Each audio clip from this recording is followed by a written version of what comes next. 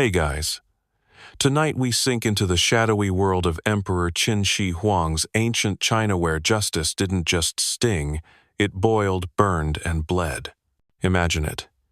Smoke curling through the air, the scent of singed bamboo and ink, rows of trembling scholars forced to watch as knowledge is reduced to ash. In the flickering firelight, their scrolls burn brighter than torches, and somewhere behind them, soldiers dig a pit that you probably won't survive if you're caught quoting the wrong philosopher. Welcome to the Qin Dynasty's bedtime story, where silence is safer than brilliance, and history has a high body count. So, before you get comfortable, take a moment to like the video and subscribe, but only if you genuinely enjoy what I do here, and tell me where you're listening from and what time it is where you are. I always love knowing who else is drifting off to ancient nightmares right alongside me. Now, dim the lights, maybe turn on a fan for that soft background hum, and let's ease into tonight's journey together. You shuffle into the public square in Xianyang, chin tucked down, sleeves trembling. The fires are already lit, and the piles of bamboo scrolls are stacked high like kindling. There's an acrid sting in the back of your throat, hold ink, and fresh fear. You clutch your own scroll tighter, a well-worn copy of Analects you've secretly copied out by moonlight. You know it's banned now. You know it's treasonous. But still, Confucius spoke sense, and the emperor? He wants to erase every ounce of it. Qin Shi Huang isn't just trying to rule, he's trying to reset the universe in his own image. One law, one language, one emperor, and no room for voices from the past. Scholars who question him? Useless. Books that differ? Dangerous. Ideas that don't align? Fuel for the fire. And tonight, you stand right on the edge of that fire. A crier reads the new imperial order, in that nasal drone only bureaucrats have perfected. All books of poetry, history, and philosophy are to be surrendered. Those caught hiding banned texts shall face immediate burial. The crowd murmurs. Some scoff. Others weep. You try not to breathe too loudly. Historians still argue whether this sweeping purge was fully realized across all provinces or exaggerated by later dynasties. But what no one disputes is that tens of thousands of texts were destroyed. Entire libraries vanished overnight. Picture if your Kindle self-destructed anytime you downloaded a PDF the government didn't like. And then, the show begins. A soldier drags a struggling man forward, scholar's robes torn, scrolls flapping like dying birds from his sleeves. Caught hiding 70 banned texts, the soldier announces. You wince, as the man is kicked into position near the pit. Others follow 10, then 20 more. They're not screaming. That's what unsettles you most. They've already given up their voices. All that remains is silence and the shovel. Some say these scholars were buried alive, others claim they were executed first. Either way, the result is the same. A mass grave filled not just with people, but with possibilities. You shuffle backward, scroll still hidden in your robe, and whisper apologies to Confucius as you mentally prepare to burn it later. Or maybe not.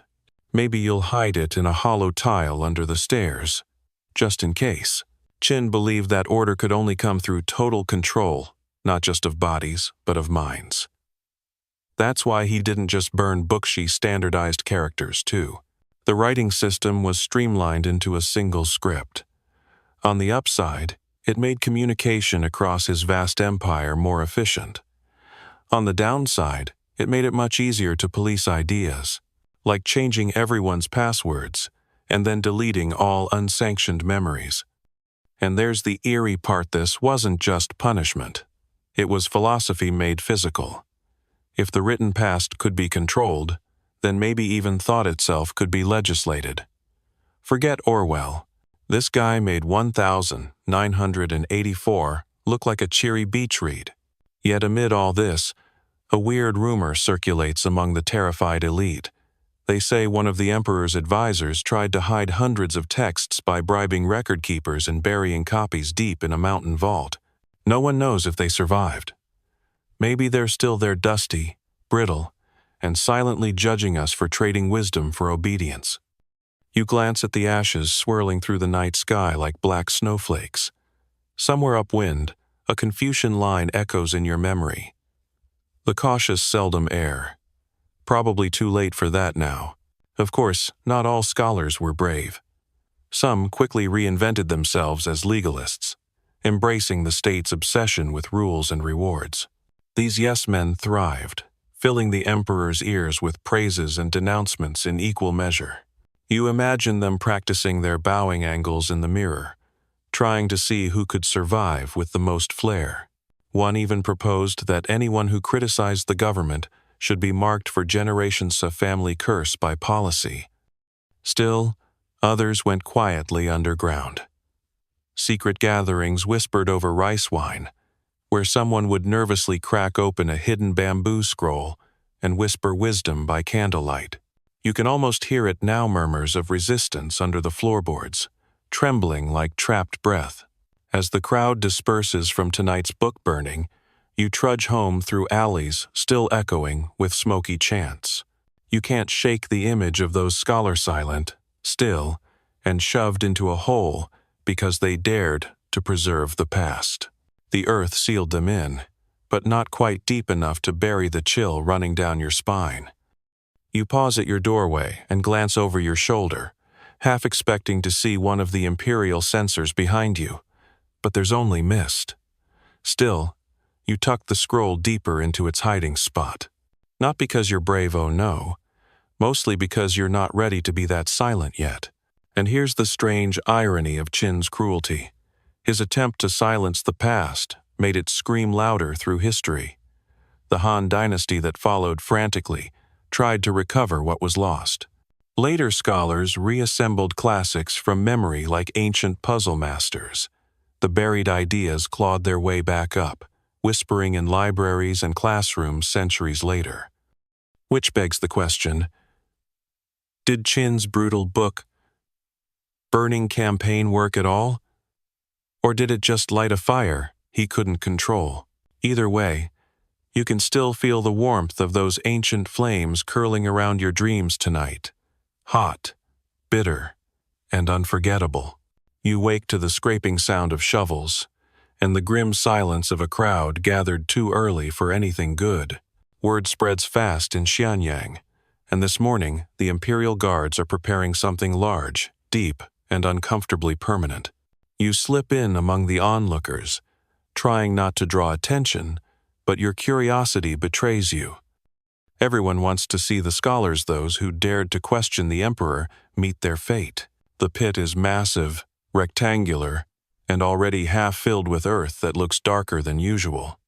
Maybe it's just the morning mist, or maybe you already know this spot is going to haunt you later. The rumors were true then. This isn't a metaphor. This is burial real and organized.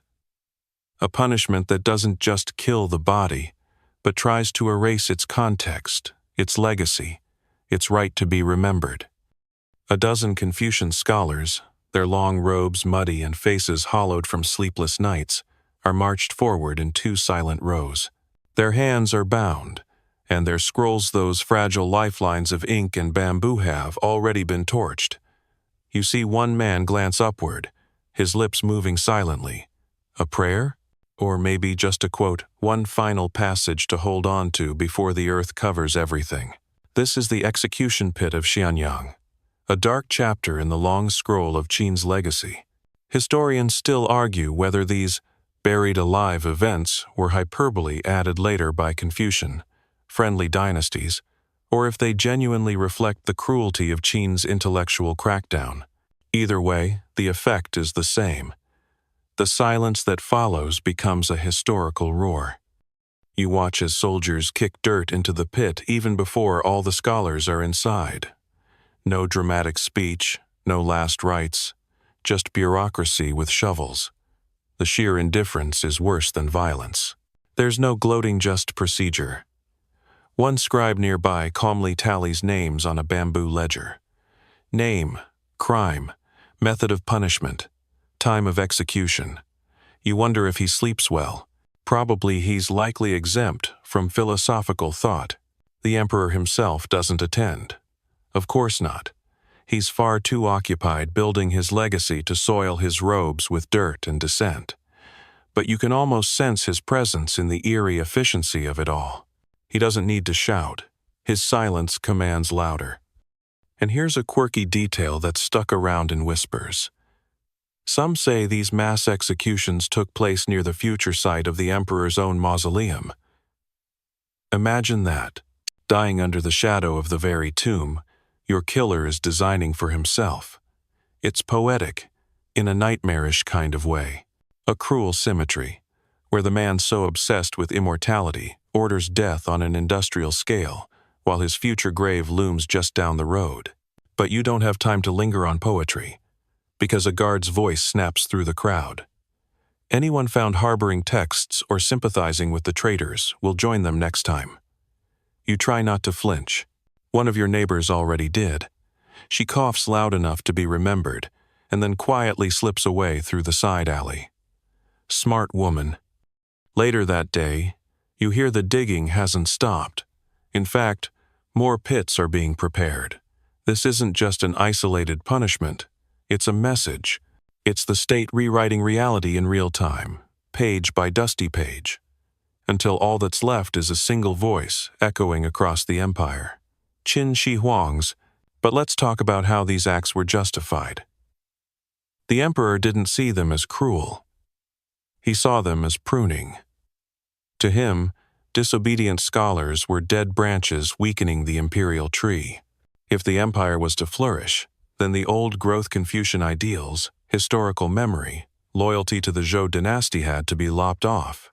He replaced it all with legalism. Strict laws, swift punishments, and rewards only for total compliance. It's like he read every self-help book on boundaries and decided the main takeaway was, eliminate anyone who annoys you. And yet, the legalists who advised him insisted this was mercy. In their eyes, uniformity was the only path to peace. No chaos, no debate, just law, iron law. Sure, the occasional philosopher had to be buried, but think of the social harmony, they said. You try not to laugh out loud as you walk past another wooden billboard nailed with fresh execution notices. That night, as you sit cross-legged beside your oil lamp, you wonder about those scholars. Not just the ones in the pit, but the ones who walked away. Did they keep thinking? Did they whisper their thoughts into sleeping ears, hoping truth would carry in dreams? You wonder if one day someone will dig up that execution pit and read their bones like an ancient text. Outside, a soldier stomps past your doorway. You blow out the lamp before he can glance in. The emperor's obsession with control stretches beyond just killing dissenters. He has scribes, spies, even secret courts to make sure the rules are enforced. If your name appears on the wrong scroll, even by accident, you might vanish without explanation. One day, you're teaching your students about poetry. The next, you're a name being crossed out in red ink. No trial, no appeal, just omitted. And here's the darkly comic part: some of the buried scholars weren't even political rebels. One story tells of a historian who was executed simply for writing that the emperor rode in a closed carriage. Apparently, that phrase was deemed disrespectful, implying cowardice. You start to realize it wasn't just dangerous to oppose the emperor, it was dangerous to describe him. Still, despite all this fear, people adapt. You hear children on the street playing a game called Pit or Palace, where they pretend to be imperial judges sentencing their playmates to pretend deaths. You get the pit, you get the pit, you get to be a eunuch, they shout, laughing like it's all a joke. Maybe it is. Or maybe that's the only way to survive something too big to fight. There's another pit being prepared at the edge of the city. This one's wider. Rumors swirl that it's for craftsmen, not scholars. Apparently, a team of artisans tried to smuggle a Confucian motto into the pattern of the emperor's jade robe. The message was caught just in time. The tailors were not. The earth drinks more bodies, more warnings, more silence. One day, you walk past the pit site and see it has been filled and covered with smooth stones. No marker, no names, just flatness, as if nothing ever happened there. But you know better. You feel it in your chest, a pressure, a buried heartbeat. The dead aren't gone. They're just listening. And so you continue through the city, careful, quiet, head down but eyes open. Because now you understand. Under Qin Shi Huang, memory itself is punishable. And forgetting is just another kind of obedience. You step into the low morning light with your hood pulled forward, watching shadows stretch over the hard-packed roads of Xianyang.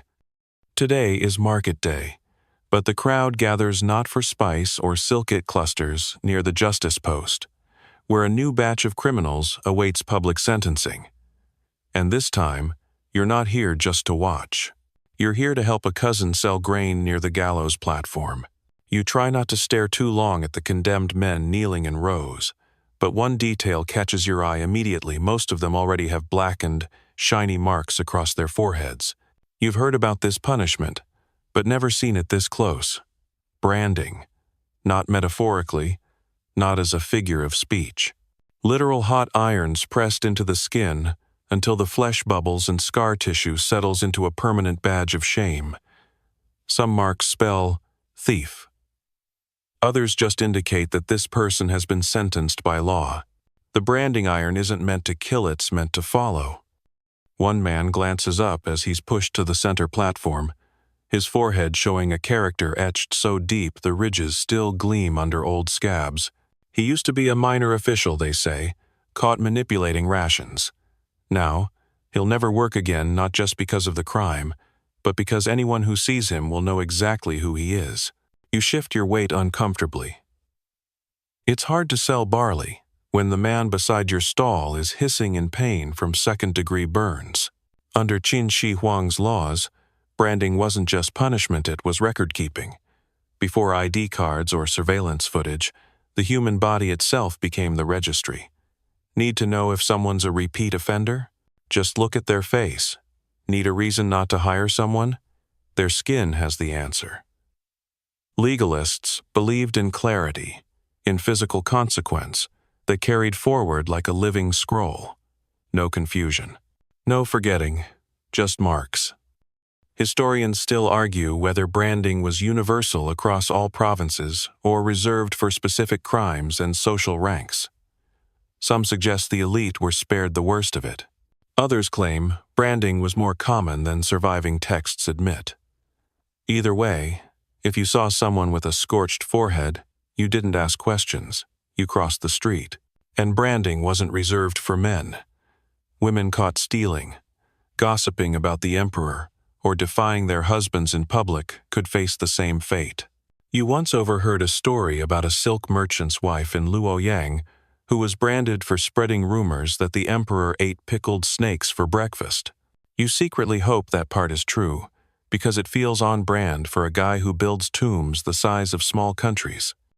Your cousin nudges you, handing you a sack of grain to weigh, but your eyes drift again to the branding post. Another man is tied down. The iron is removed from the brazier, glowing a deep, angry red. A clerk reads the sentence aloud. Theft, attempted desertion, hiding forbidden books. And then, as the man grits his teeth, the iron touches skin. There's a sizzling sound, a sharp hiss like water on a skillet. The man doesn't scream, probably told himself not to, but his body jerks violently. Smoke curls up from his brow as the guards release him and shove him to his knees. A slave nearby holds a copper mirror so he can see what the mark looks like. You don't stay to watch his reaction. Here's a quirky footnote from Qin-era punishment. Records some criminals, desperate to escape stigma, tried to disguise their brandings with makeup or tattoos. One tale involves a petty thief who turned the branded word traitor into a dragon design claiming it was a birthmark blessed by the gods. He made it 3 provinces before someone recognized the character under the scales. The dragon didn't save him. Branding wasn't just physical, it became spiritual too.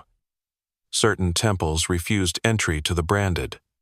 In many communities, a burned mark on the face meant your soul was tainted, unworthy of ancestral rites. You could still offer incense, but no one would pass you the matches. It wasn't just shame, it was erasure from the invisible world. Still, some wore their brands like armor. There's a man who comes to market every week with the character for smuggler scorched just under his widow's peak. He doesn't hide it. He doesn't flinch. He sells cured fish out of a cart and tells anyone who asks, "Yes, I smuggled salt across the Yellow River. And yes, I'd do it again." The emperor doesn't own the river, no matter what he says. You admire his courage, maybe his stubbornness. Hard to tell the difference these days. But for every bold smuggler, there's a dozen more who sink into anonymity, avoiding eye contact, tying long cloths across their brows even on hot days, just to feel invisible again. You once passed a boy, no older than 14, with a character mark still healing across his temple. He was caught stealing dried plums. His brand would outlive his hunger. And here's the part no one admits out loud. Branding makes things easier for the state. Trials become quicker. Files become shorter. Guards don't need to memorize faces when the face does the memorizing. It's justice on autopilot. Except, of course, when it isn't. One whispered story tells of a man mistakenly branded with rapist when the scribe misread the charge. He was actually accused of public drunkenness. The mark stuck. The shame did, too. Qin's administration moved quickly, sometimes too quickly. Efficiency over empathy.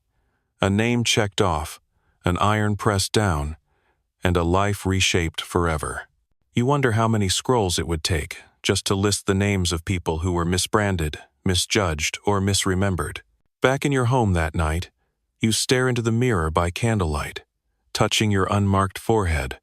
It's smooth, blank, so far, but you can't help imagining how it would feel to have your skin permanently record a moment of failure or even just suspicion.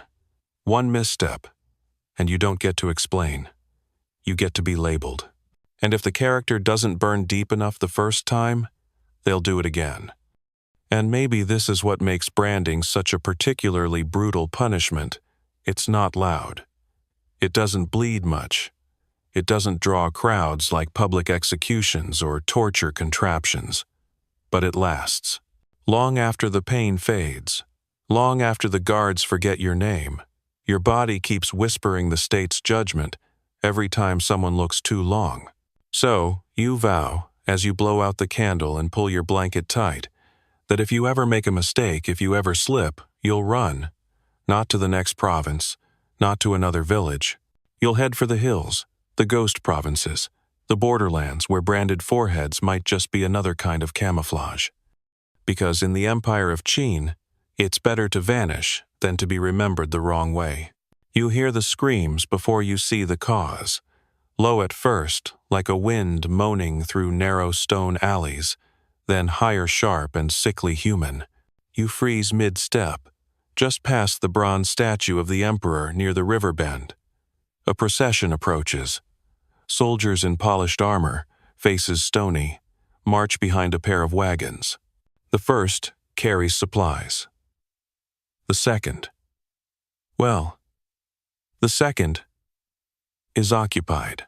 Tied to a thick wooden board, legs spread unnaturally wide, is a man. He's gagged, eyes wide with terror, and something metallic glints near his groin. You don't need to ask, you already know what's about to happen. Castration. The word feels cold and surgical when spoken aloud, but in Qin's empire, it was anything but clean. This wasn't just about removing anatomy, it was about removing identity, authority, and often hope. Under Qin Shi Huang, this punishment became systematized, particularly as a route into palace service. Some chose it. Most didn't. The man on the wagon is a criminal, or so the crowd is told, caught bribing an official. He could have been executed, but instead, the sentence was, altered he will live, technically, but he won't be the same. The eunuch ranks need replenishing, and what better way than through punishment disguised as opportunity? Historians still debate the scale of forced castration in the Qin court. Some suggest it was reserved for severe crimes and court service, while others argue it became disturbingly common, especially as the emperor's paranoia deepened. You stand there, caught in that strange space between pity and horror, watching as the wagon rolls past and imagining a life where your survival depends on losing everything else. The punishment isn't carried out in public, not entirely, but the ritual begins in front of everyone. The sentencing, the binding, the announcement of his new rank. Eunuch of Third Gate Registry. He won't be just punished. He'll be placed inside the very machinery that sentenced him. That's the twisted genius of Qin's court. You don't just suffer. You become part of the engine. A eunuch could rise in power, gain the emperor's ear, even influence national policy. But they could never pass on a name, never father children, never forget. One story always stuck with you about a scholar who criticized the emperor's edict on standardized weights and measures. He didn't flee in time. His punishment was swift, and afterward, he was appointed to the archives. There, he spent 20 years organizing documents with obsessive precision. People called him the Whispering Reed because he never raised his voice again. Whether that was from fear or from trauma, no one could say. And here's a quirky little detail. Qin court eunuchs were sometimes given new names based on their duties. One, infamous for managing palace sanitation, was called Zhang the Flow Master. Another, in charge of confidential scrolls, earned the nickname Sealed Reed. To outsiders, it might sound poetic. To insiders, it was a cruel joke. But it wasn't just criminals who ended up in this fate. Families, desperate for social advancement, would sometimes voluntarily offer their sons for palace service, knowing full well what that meant. A eunuch in the inner court could secure favors, protection, and in rare cases, send money back to his family. You imagine the heartbreaking scene. A boy, maybe 12, standing silent while his parents bow to the magistrate, murmuring thanks as a contract is signed. You once met such a man. Short, graceful in his movements, with ink-stained fingers and eyes that never quite looked at yours. He kept the imperial calendars, knew the emperor's birth date, favored auspicious stars, and the names of all his concubines in chronological order. He said very little, but once, after a shared bowl of rice, he told you, "The body forgets the pain, the mind doesn't." Castration in Qin's time wasn't performed with precision. It was done with knives or crude shears, and no formal anesthetic. Some victims bled to death. Others developed infections that left them twisted and hobbled for life. Those who survived became symbols living, walking reminders of obedience, mutilated by the state yet somehow made useful. You've heard of at least one eunuch who plotted revenge, slipped poison into a rival's inkstone, escaped the palace in disguise and lived among rebels until his final days. Some say he kept the shears that mutilated him and used them as garden clippers, growing plum trees in a forgotten valley. Is it true? No one knows. But people like to believe someone fought back, even in small, strange ways. The palace, after all, is filled with whispers. Behind the jade screens and lacquered doors, eunuchs trade secrets, monitor affairs, and perhaps worst of all carry out the emperor's more private punishments. Because who better to oversee cruelty than someone who has already survived it? Sometimes, late at night, you wonder whether Qin understood the irony of it all. He mutilated men, then trusted them to guard his legacy. He broke bodies to ensure loyalty, forgetting that fear and devotion aren't the same thing. Maybe he didn't care. Maybe fear was enough. One afternoon, walking through the inner city, you hear laughter from a group of children. They're playing some kind of role play, assigning jobs based on tokens drawn from a jar. One boy groans dramatically and cries, "No, not again. I'm the eunuch twice in a row."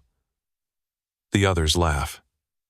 You wonder how long before he understands what that joke really means.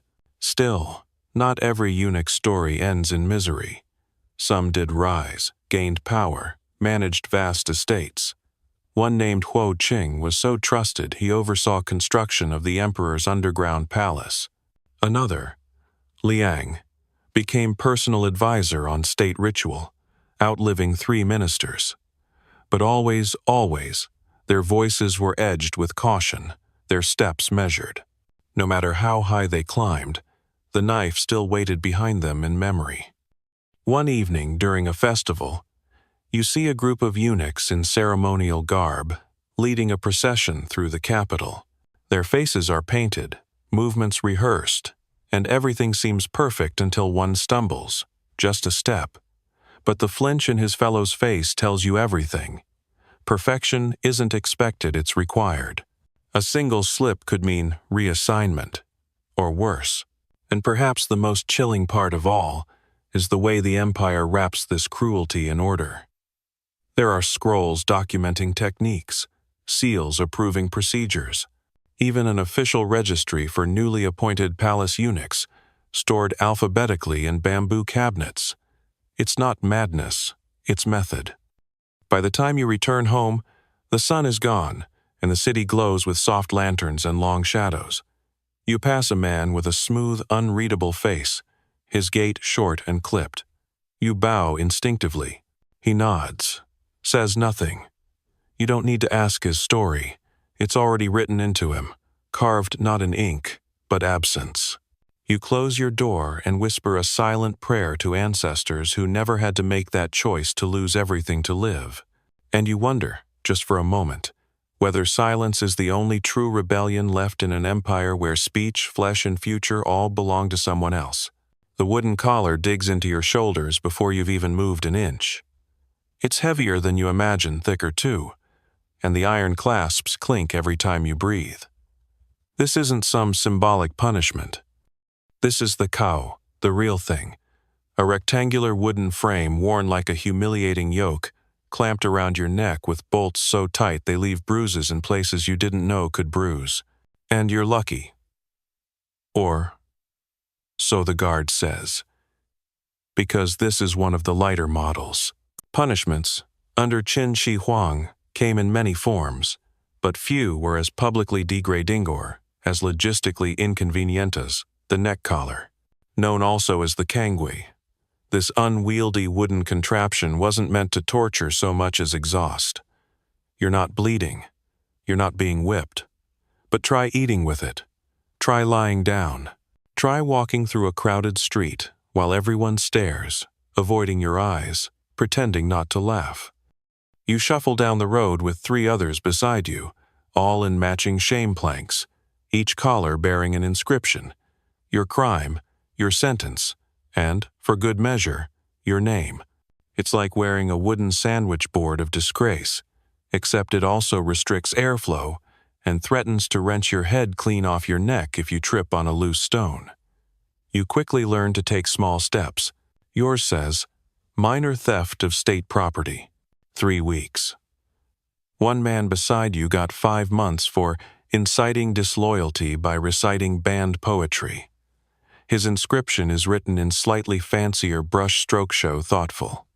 Some historians still debate how widespread this punishment was in the Qin era specifically, as later dynasties refined it and made it more elaborate. But archaeological finds bits of wooden stock fragments, iron clasps, and bamboo records suggest the Qin used this method with great enthusiasm, especially for those crimes that didn't quite merit death, but deserved something memorable. And that's the point of the collar. It's visible. You can't hide it. People part like water as you walk. A sea of judgment and awkward glances. A few children snicker. One offers you a rice cake, but her mother quickly pulls her away. "We don't feed criminals," she mutters loud enough for you to hear. You don't respond. Even if you wanted to, the collar makes it hard to look anywhere but straight ahead, which is perhaps the cruelest detail. It forces you to confront the world but never allows you to engage with it. The edges of the plank begin to chafe at your collarbone, the weight pushing down into your spine. You're not allowed to remove it, not even at night. Sleep is nearly impossible. You doze in awkward bursts, slumped against a wall, or curled sideways with a pile of rags propping up the back of your skull. One man you meet has been wearing his for so long he's carved a notch into it with his teeth, trying to mark the days. But here's a strange side effect of the punishment. You become part of the city's rhythm. People recognize you. The butcher nods as you pass. The tea seller doesn't flinch anymore. A beggar even shares a joke with you, a crude one about ministers and leaky latrines. You laugh, or try to, but the collar restricts your diaphragm. It comes out as a wheeze. One afternoon, a woman, maybe a widow, maybe a bold fool, brings you a cup of water.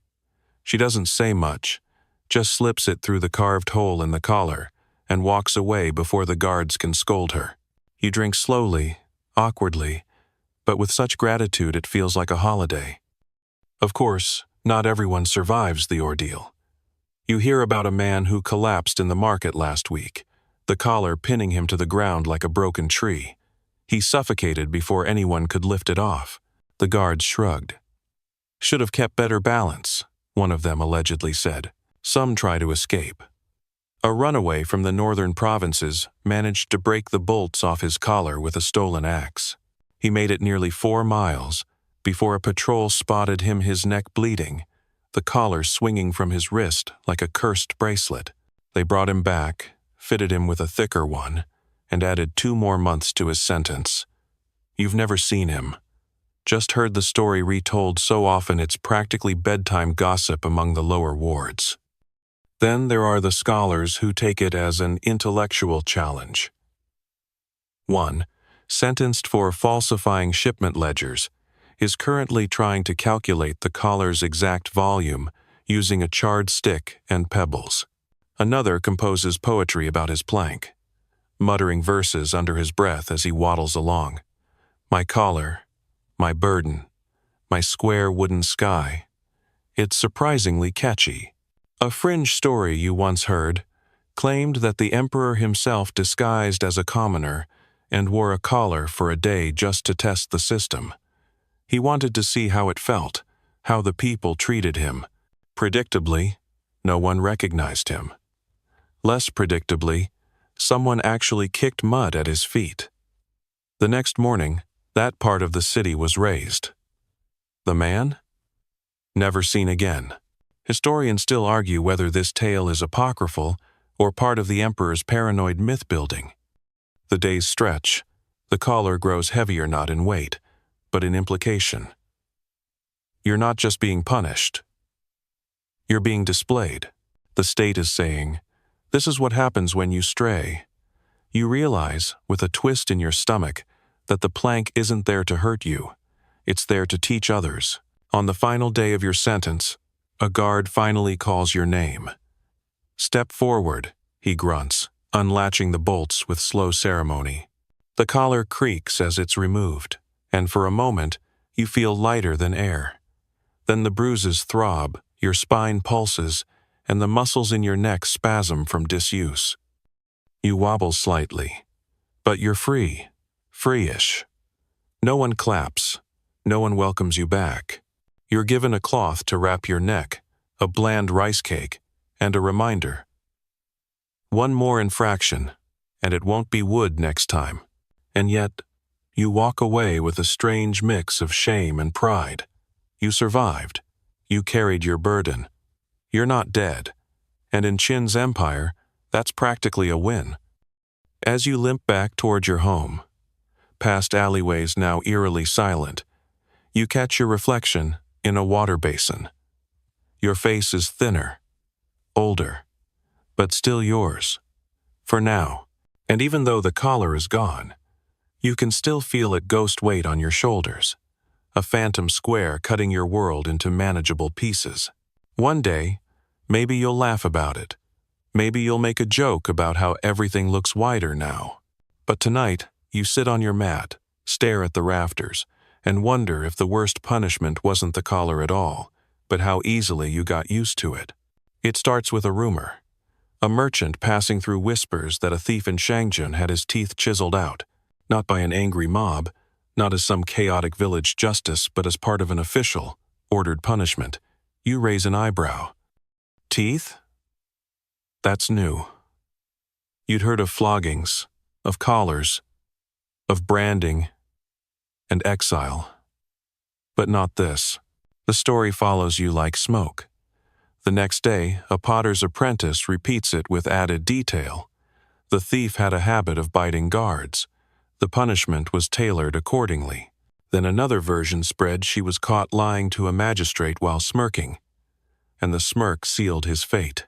Historians still argue whether this practice was standardized or isolated, but one thing is clear. You now pay extra attention to your own smile. And then you see it. Not a myth, not hearsay.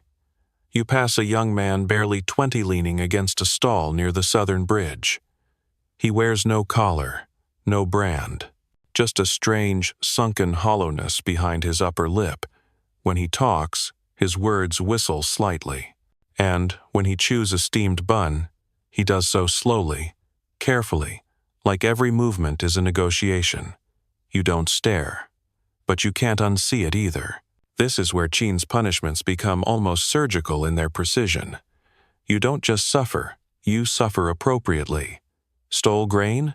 We'll cut off your fingers. Lied? Your tongue might be weighed. Bit someone? Well, let's not waste those molars. There's a dark brilliance to it, a perverse logic. By tailoring punishment to crime, the state sends a clear message: cause damage in a particular way, and will undo you in kind. It's legalist philosophy distilled to its cruelest Corano symbolism. No wiggle room, just direct action, and it leaves no room for rehabilitation. The young man with the missing teeth isn't going to steal again, because he can barely talk to strangers, let alone scheme. You hear tales of other precision punishments too. A courier who falsified delivery times had his toes crushed done per late message. A corrupt scribe, punished not with death, but with the breaking of every finger that once held a brush. These aren't executions.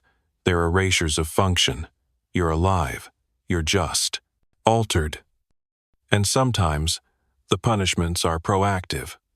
You once overheard two officials debating whether a recently pardoned thief should have a preventative tooth removal just in case he got bitey again. They chuckled over tea. You lost your appetite. One fringe story claims that Qin's court kept a chart, a massive bamboo scroll categorizing crimes by body part. Theft, hands, treason, tongue and nose. Disrespect, knees.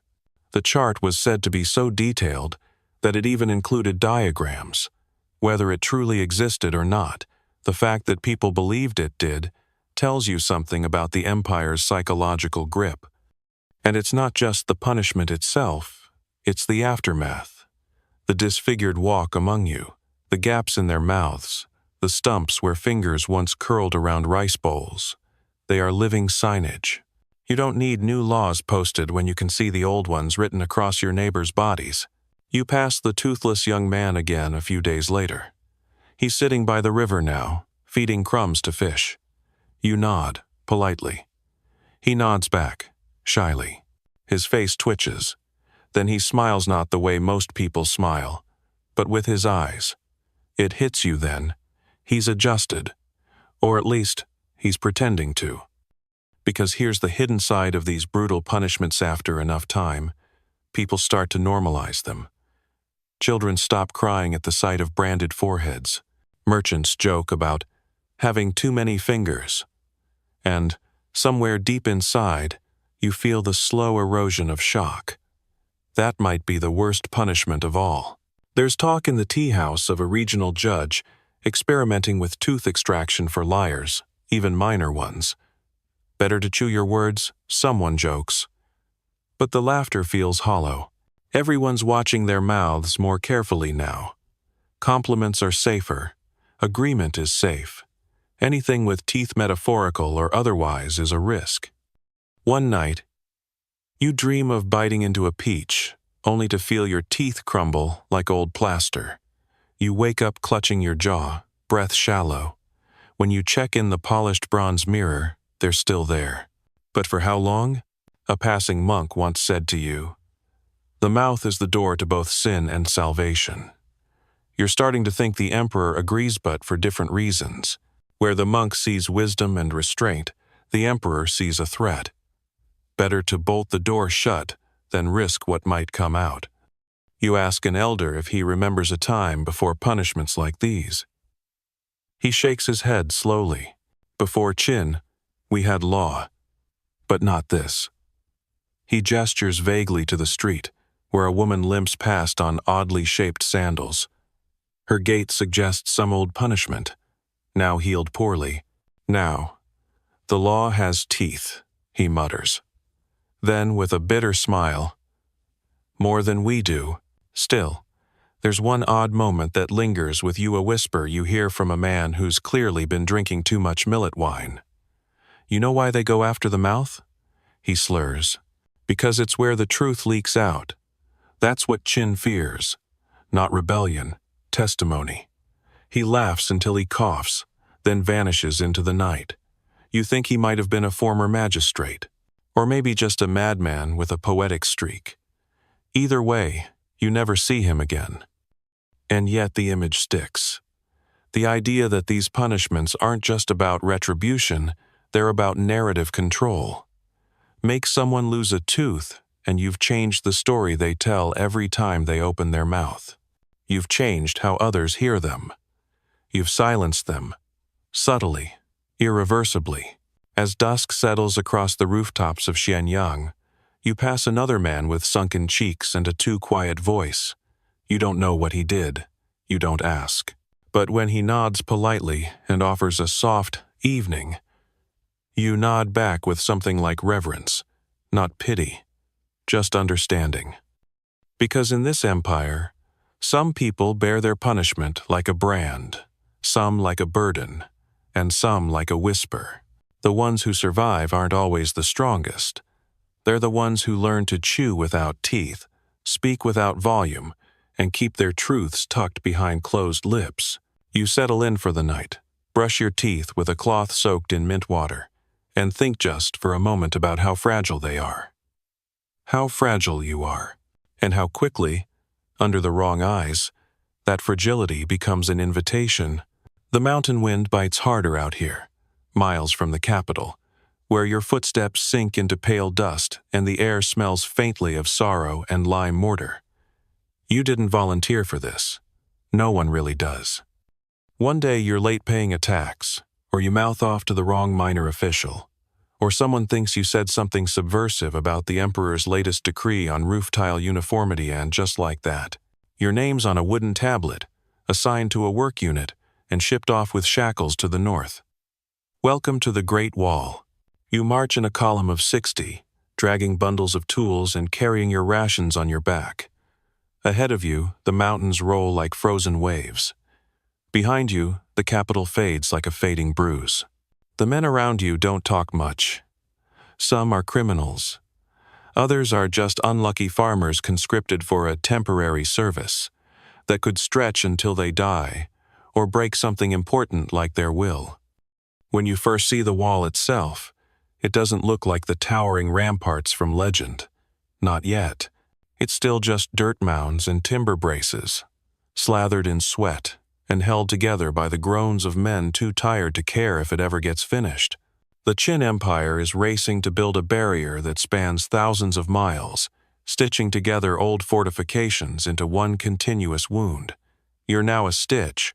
There's no warm welcome, no tent, just a patch of dirt and a dull bronze shovel. You dig during the day, stack during the night, sleep in shifts. There's a joke, someone mutters on the second day. At least the mosquitoes can't read the emperor's orders. You laugh, quietly. The guard doesn't. The cruelty isn't in any one thing, it's in the rhythm. No floggings, no brands, just endless movement and no escape. Your legs ache, your fingers blister. You chew rice that tastes of pebbles and wood smoke. The wind howls all night, dragging dust across your face like a whetstone. You dream of cities, of pillows, of conversations where no one has dirt in their teeth. And death? It comes quietly, a cough that doesn't go away, a slip near the edge of a ravine, a collapsed trench with 3 men still inside. The overseer doesn't even pause, just redirects the work crew. There are more bodies than shovels. So when one man falls, the others dig him in with the foundation. You help. You tell yourself, it's mercy. Historians still debate how many laborers died building the wall during Qin's reign. Tens of thousands? Hundreds of thousands? Records are vague or conveniently missing. What's not missing are the bones. Archaeologists still find them, curled under stones, nestled between layers of tamped earth, buried not ceremonially but conveniently. You meet a man named Too Broad-Shouldered, always humming. He was a blacksmith before this, convicted of hoarding iron. He once forged ceremonial blades for a provincial governor. Now he breaks rocks with one. He shows you how to pad your shoulders with reeds to soften the weight of stone loads. He tells you jokes about what Qin's tomb must look like. You laugh, and you listen. Everyone listens to Tuesday, until one day he's gone. Fell off a ledge, they say. Or maybe someone pushed him. Maybe someone had to. The camp is full of rumors. One says that the emperor sends ghost inspectors at night masked men who judge workers' attitudes while they sleep. Another whispers of a secret tunnel dug by rebels beneath the wall itself. If you reach the entrance, you can escape to the steps and live among the horses. You try not to believe any of it. Hope is dangerous. It uses energy you need for lifting. And yet, there's beauty in the misery. The sunsets bleed across the sky in brilliant reds. A hawk screeches overhead just as a row of bricks slide perfectly into place. For a second, you feel like you're part of something bigger, not just a monument, but a myth in the making. Then, a rock crushes your thumb, and you remember that myths don't pay pensions. One day, a new overseer arrives.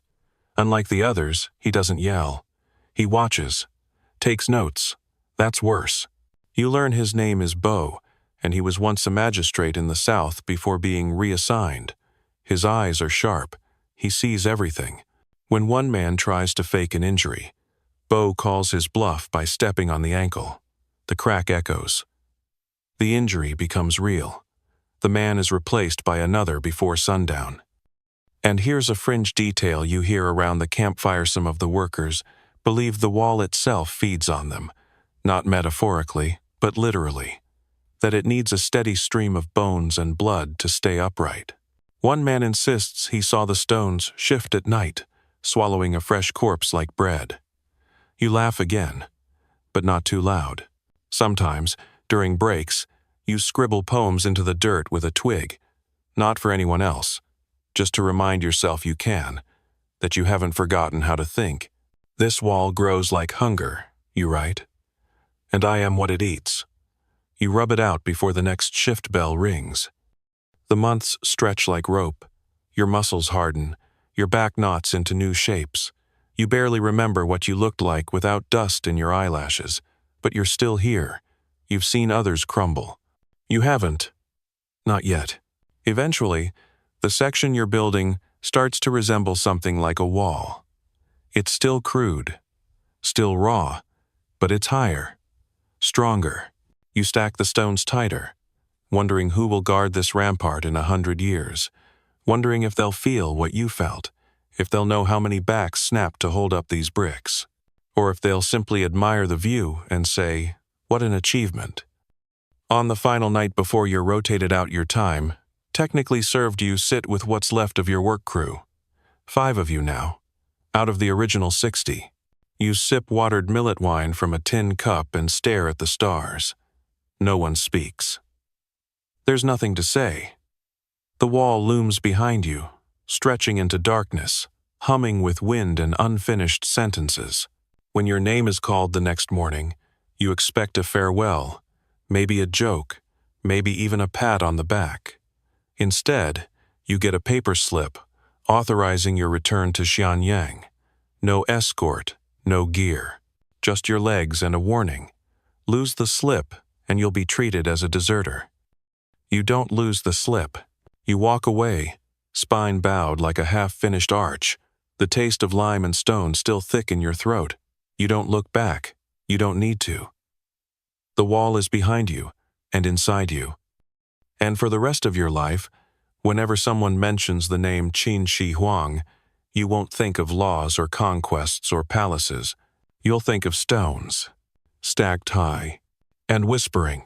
The execution platform is unusually quiet this morning. Not silent. Exactly, there's still the muttering of onlookers, the clink of soldiers' armor, the flutter of banners in the breeze, but something about it feels hushed, reverent even, which is strange, because what's about to happen is the opposite of reverent. You take a place near the edge of the crowd, craning your neck as guards unroll a red carpet over the central platform. A fresh blade gleams nearby, resting on a silk-draped table. You recognize this ritual now. It's not a common one. They only bring out the waist chop for special occasions.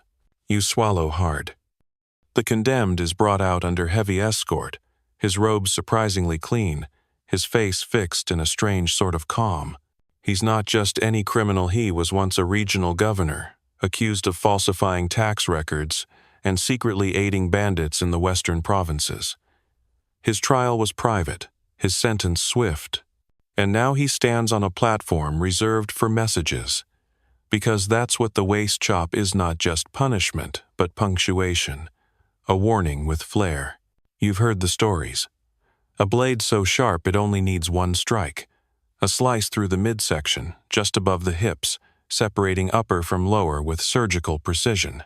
If done exactly right, the victim survives for several seconds, eyes wide, chest still heaving, as if shocked to find the rest of their body missing. It's not fast. It's not painless. It's theatrical. Historians still argue whether the waist chop was as widespread in the Qin dynasty as in later eras, or if it was mainly reserved for officials and elites.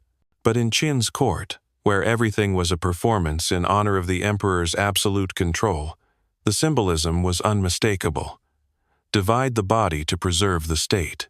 The executioner sharpens his blade with slow, deliberate motions. The condemned is positioned upright, tied to a wooden post at the knees and shoulders.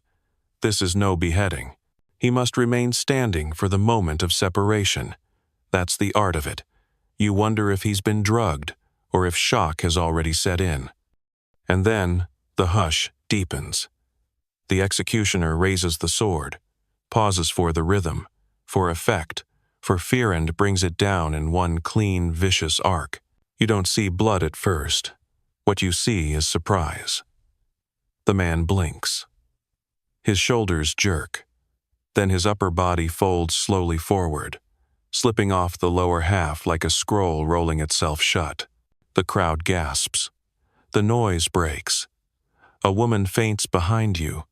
A soldier near the platform wipes his brow, visibly pale. The executioner steps aside.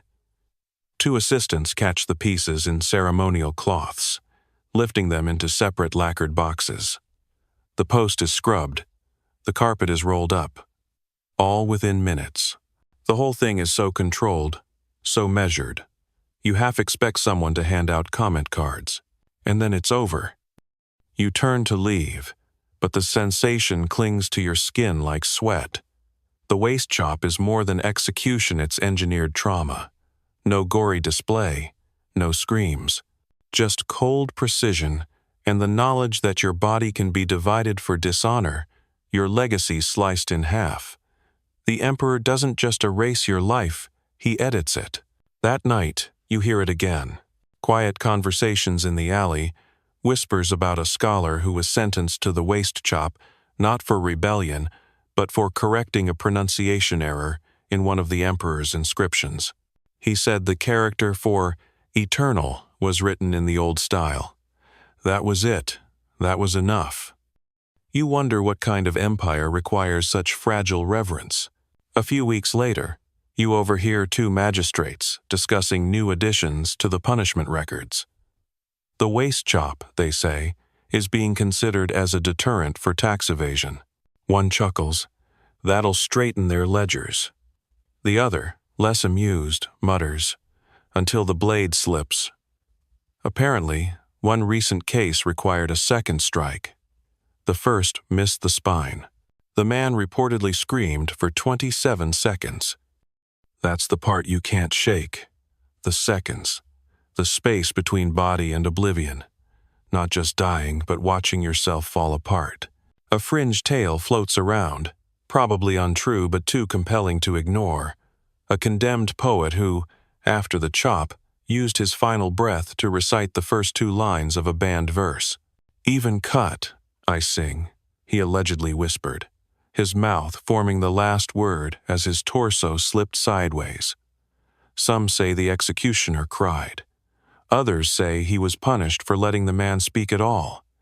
You don't know what's worse, the cruelty or the pageantry. But you do know this. The waist chop is not about removing life. It's about proving a point. A severed point. A visual metaphor carved into reality. You pass the execution platform again days later. It looks normal now. Clean, empty. But you swear you can still feel something under your feet, a tension in the boards. Like the echo of a warning, pressed into the grain of the wood. The next time you hear of someone sentenced to the waist chop, it barely registers as shocking. Just another name. Another division. That's how it happens, you realize. The horror becomes part of the schedule. You build your day around it. Eventually, a new punishment is introduced, a modified version of the waist chop, where only the legs are removed, leaving the victim alive as a message in motionless form. Some say it's more merciful. Some say it's worse. Either way, you suddenly find yourself counting your steps more carefully when you walk. That evening, at a tavern filled with smoke and quiet cups of sour wine, a traveler from the east leans over to you and whispers, "You ever think we're all just waiting for a blade we can't see?" You pretend not to understand. But that night, you dream of standing on the execution platform, unable to move, as the world splits cleanly beneath you. And when you wake, you do what many in this empire have learned to do. You go about your day, quietly, correctly, with your body still in one piece, and your thoughts mostly untouched. Because in the realm of Qin Shi Huang, surviving isn't just about breathing. It's about staying whole in a world that loves to divide. You can smell the punishment long before you see it. It curls up from behind the temple walls, in a thick, metallic fogworm, wet and strangely sweet. At first, you think it's just another forge, maybe a weapons workshop testing molten bronze. But then a guard walks past you, nose wrinkled, and mutters, "The copper vat's active today." You freeze. That's not a forge. That's punishment. There are only whispers about the boiling copper vat, always wrapped in uncertainty, like it might be more myth than law. But here, in the capital's inner precincts, where the emperor's shadow stretches longest, whispers become real. And today, you're about to see one of Qin's most feared forms of execution play out behind that red gate. You follow the flow of silent spectators as they gather near a courtyard encircled by carved stone lions. At the center, a large copper cauldron sits atop a raised stone platform. Flames roar underneath it, stoked by bellows operated by sweating attendants. Steam rises from the lip in languid swirls. The lid has been removed. A wooden ladder leans against one side. The crowd keeps their distance. A scribe reads aloud the charges. Treason. Conspiracy with southern merchants. Intent to poison a regional governor. The condemned man older than most, his beard streaked with grayish bound at the wrists and ankles. He doesn't plead, doesn't weep, just stares straight ahead, as if this were a bad harvest he'd rather not discuss. Historians still argue whether the copper vat was used regularly or only for exceptional betrayals. Some say it was more psychological than functional, displayed but rarely filled. But standing here, you feel the heat on your face, and the stories stop feeling so theatrical. A masked executioner ascends the ladder. A brief conference with the attending official, a nod, and the ladder is withdrawn. The prisoner is lifted, not thrown, into the vat slowly, as if they want the moment to stretch. He doesn't scream, at least not right away. The sound, when it comes, is like steam whistling from a cracked pipe. Then silence. The copper lid is replaced. The attendants go back to stoking the fire, and just like that, the demonstration is over. No applause, no closure. The crowd disperses like smoke. You try to walk away without thinking about what you just saw, but the image lingers so, much so that you can't eat properly that night. The rice tastes like ash, the soup like melted metal. You even wake up once convinced your bed is radiating heat. The next day, you overhear a conversation between two cooks arguing about whether the copper vat was originally used for food preparation in royal banquets. "I swear that's where they boiled whole oxen," one says, "not people." The other snorts, "You think they waste a good cauldron on soup?" There's a fringe theory, you hear, while helping a merchant haul grainsome, say the copper vat wasn't for executions at all, at first. It was used in alchemical experiments during the emperor's early immortality phase. Supposedly, it was repurposed after one particularly dramatic failure. A court alchemist allegedly fell into the vat during a failed attempt to distill elixirs from mercury and cinnabar. He died screaming. The emperor, impressed by the efficiency, made a note. That story makes you shiver, not because of the detail, but because it feels plausible. You've heard too many things not to believe them. And the vat? It stays. The execution you witnessed isn't the last. Days later, a second group is brought through. This time, it's two men accused of leaking information about the emperor's tomb. They're gagged, but their eyes are wide, darting like cornered animals. The same process unfolds. Read the charges, confirm the sentence, into the vat. Steam, then silence. You turn away before the lid drops this time.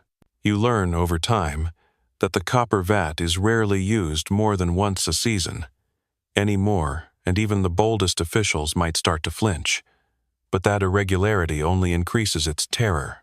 The punishment becomes a looming possibility, not a daily routine, a burning maybe. One mid-level scribe reportedly fainted at the mere suggestion that he'd be assigned to observe the next vat execution. He was reassigned to archiving tax disputes instead. Smart man. The copper vat becomes a symbol in city gossip, folk songs, even bedtime threats to unruly children. Keep lying, and the copper vat will call you, one mother snaps at her son. He blinks, unconvinced. Will it boil my toys too? Despite the horror, there's an eerie kind of reverence surrounding the vat.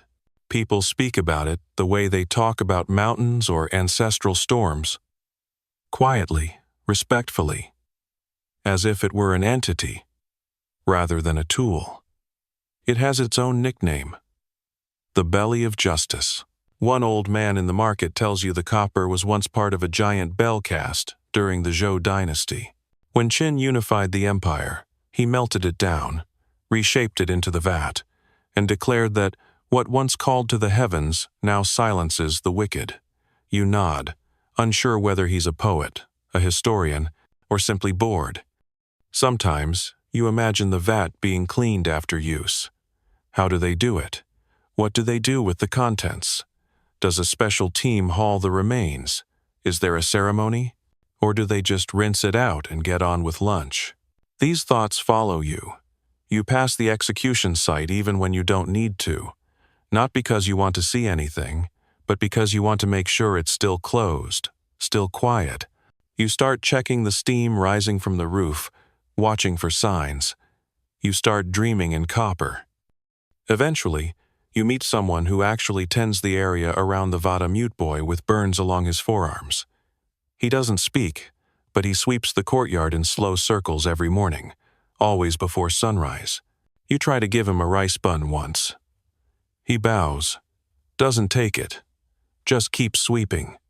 You don't try again. And that's when it hits you the punishment isn't just about execution. It's about presence. The vat never leaves. Even when empty, it dominates the space. It says things, even when no one speaks. You begin to think about what punishment really means in Qin's empire. It's not about guilt or redemption. It's about permanence. The copper vat doesn't just burn flesh. It brands memory. It becomes folklore. And the emperor? He doesn't have to say a word. The vat says it all. You return home with the scent still in your nostrils, the memory still boiling at the edges of your thoughts. You don't speak of it to your family. You don't write it down. But it shows up anyway in the way you stir your soup slower, in the way you flinch at kettle steam, in the way you avoid looking at bronze too long. Because some punishments are loud, some are fast, and some just sit in the center of the world, glowing quietly, waiting for their next whisper of smoke. You're seated on a narrow reed mat in a low-slung classroom, somewhere near the edge of the city, where the stone walls sweat humidity and the windows are no wider than scrolls. A single lantern flickers from the ceiling, casting long shadows across the packed room. And despite your best efforts to sit still, your thighs ache and your back keeps twitching. You're not alone. Every other student here shifts and squirms, but no one dares stand, because standing without permission earns punishment. And here in the Qin Empire, punishment arrives faster than comprehension. Your teacher, one of those thin-lipped men whose robe is always pressed and whose hairline seems sharpened by disapproval, paces slowly along the bamboo-floored aisle. He doesn't shout, doesn't scowl. He simply stops now and then, behind a student, watches them breathe, and makes a silent note on his slate. The anxiety is worse than the beatings. You're learning to count in legalist increments. Today's lesson is on Qin law. Not poetry, not music, not the great debates of philosophers, just law. Page after page of legal code etched into strips of polished bamboo, each line more rigid than the last. There are no discussions, no interpretation, just memorization and absolute adherence. And if you slip, the bamboo rod comes down without ceremony. You flinch when it strikes the boy next to you. He didn't pronounce the word for grain tax with the proper tonal inflection. His error isn't just academics, it's criminal. The strike lands across his palm with a sharp crack, leaving a red welt that immediately swells. He bites his lip, says nothing. Another error might invite the scroll whip. Ah, yes, the infamous scroll whip, a favorite of court tutors and legalist enforcers alike. Made of braided paper, lacquered and stiffened until it behaves more like leather than literature. The irony isn't lost on you. It's knowledge weaponized. You once saw a teacher roll up a banned poem and use it to strike a child who quoted Confucius. One banned thought erased by another. Historians still argue whether Qin's schools were this brutal across the empire, or if the severity was magnified in central cities like Xianyang. But one fact remains. Under Qin, education wasn't about enlightenment, it was about obedience. Knowing the law was survival. Anything else? Dangerous fluff. You had a friend once when, a bright-eyed boy who dreamed of writing plays. He slipped a few lines of verse into his reading slate, thinking it might make the day less dull. A guard found it. Wen didn't come back after that. Someone said he was sent to labor camps in the north. Someone else said his family was relocated. You never learned the truth. But your own slate has been clean ever since. And yet, even in this stiff, airless classroom, whispers stir. There's always one kid who dares to remember that books once had metaphors. A girl across the room recites legalist slogans with perfect precision, but her eyes say something else. You've seen her doodling mountain shapes in the margins landscapes drawn in 6 perfect strokes. You wonder if those peaks are real, or if they're just escape routes drawn in silence. At night, when class ends and the city breathes again, you pass the education hall and see the scroll racks lined up like soldiers, each scroll identical, standardized by order, rewritten by court scholars. Not a line of Confucius, not a breath of Laozi, just Han Fizi and his sharp, unforgiving logic. Law, crime, correction, reward, punishment, no room for doubt, no space for nuance. And here's a quirky tidbit. It's rumored that one copyist once snuck a Confucian proverb into the binding string of an official legalist scroll. Not in the text, just in the knots. He tied the characters into the braiding silent rebellion, coded resistance. No one found it for months. When they did, he was sentenced to face branding and collaring and had his thumb removed for ideological sabotage. You think about him whenever you tie your own shoes. Your teacher once explained that the emperor himself approved the school system's structure. He wanted unity, the man said, so he built it from the tongue up. Language, writing, morality all filtered through legalism. If you don't have the words for disobedience, you can't disobey. It's elegant in a horrifying sort of way. Sometimes, when you can't sleep, you think about what you'd teach instead. You imagine a lesson where students ask questions, where they read stories that aren't just about right and wrong, but about people, where they learn how to argue without fear, where metaphors are welcome and the bamboo rods are used for measuring the stars, not breaking fingers. You keep those dreams to yourself, because the scroll whip doesn't just strike the body, it erases possibility. You've seen it too many times. One boy asked whether a particular legal code might be outdated since the harvest system changed. The teacher smiled, then struck him. The code doesn't change, you do. That boy now delivers laundry to the barracks. They say he no longer speaks above a whisper. You wonder, sometimes, if Qin Shi Huang ever sat in a room like this. Did he ever feel the sting of a bamboo rod? Did he ever flinch at a mispronounced syllable? Or was he always above it, already practicing domination in the schoolyard, while others traced characters with trembling fingers?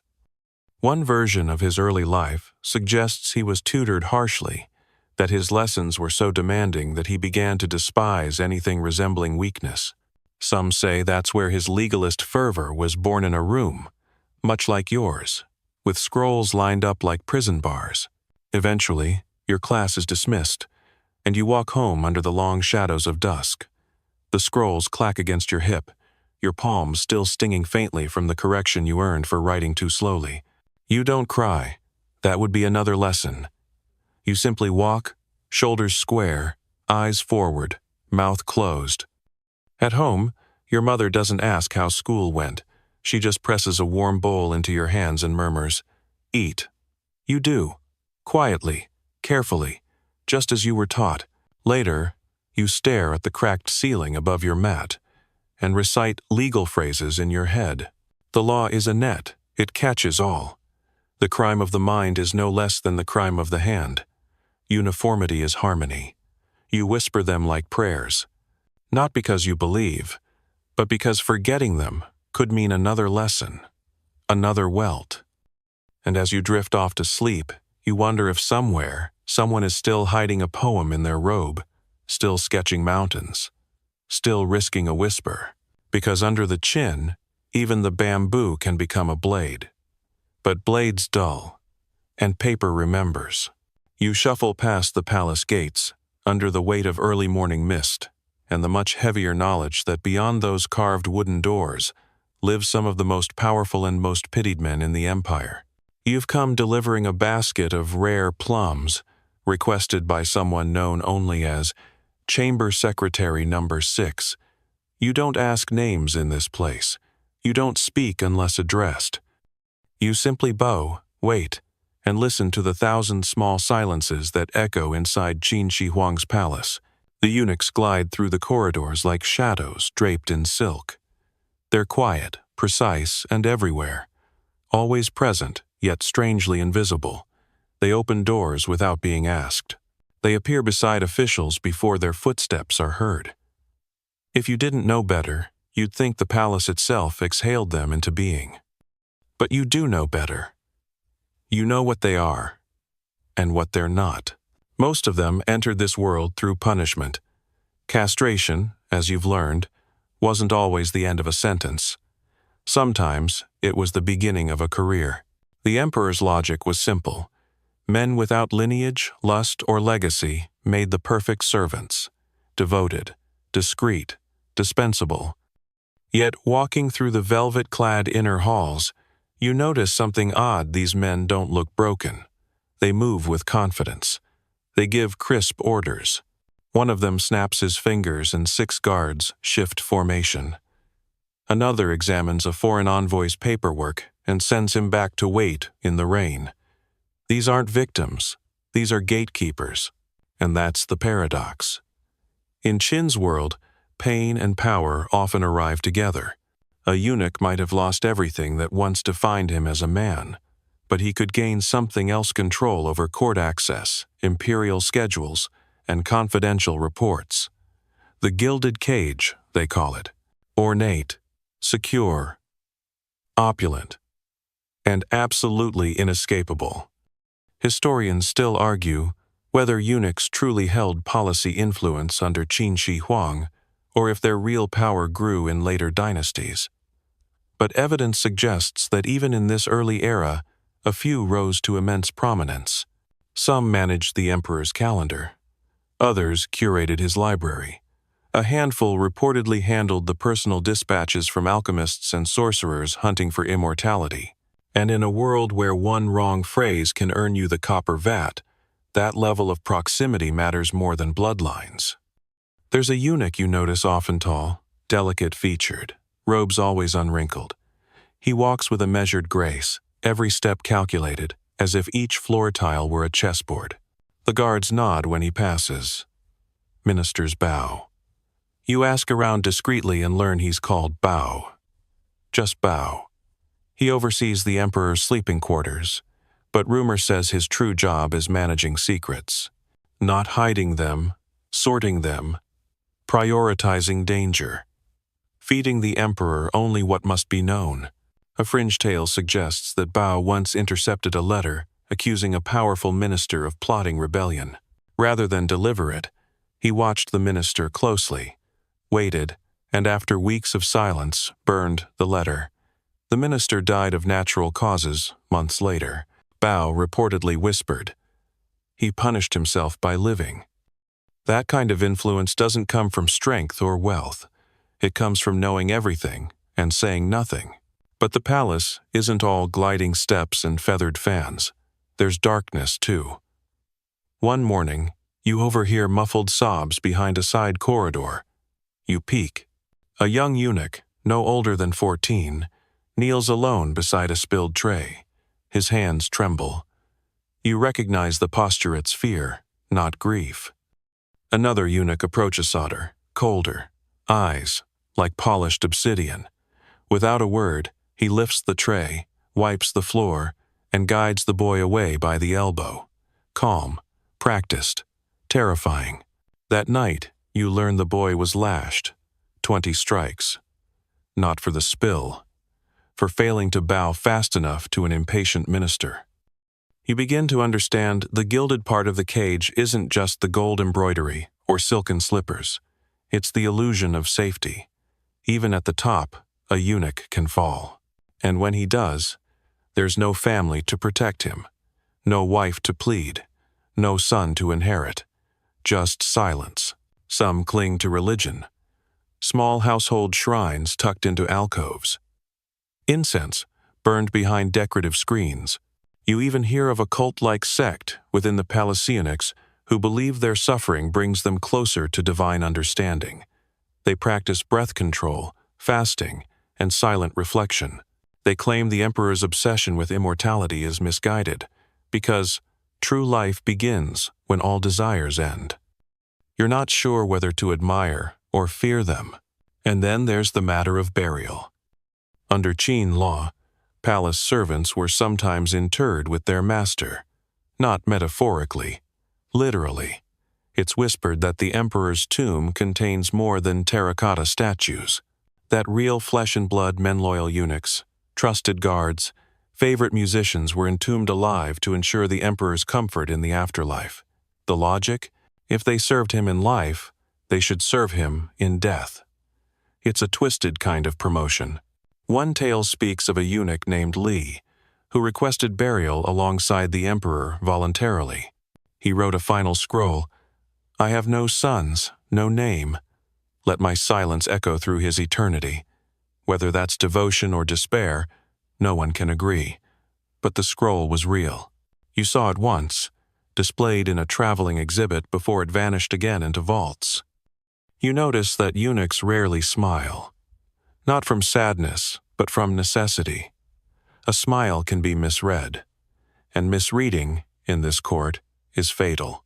Their faces are masks perfectly neutral, unreadable as wet ink. That neutrality becomes armor. And in the deadly theater of Qin's bureaucracy, armor is everything.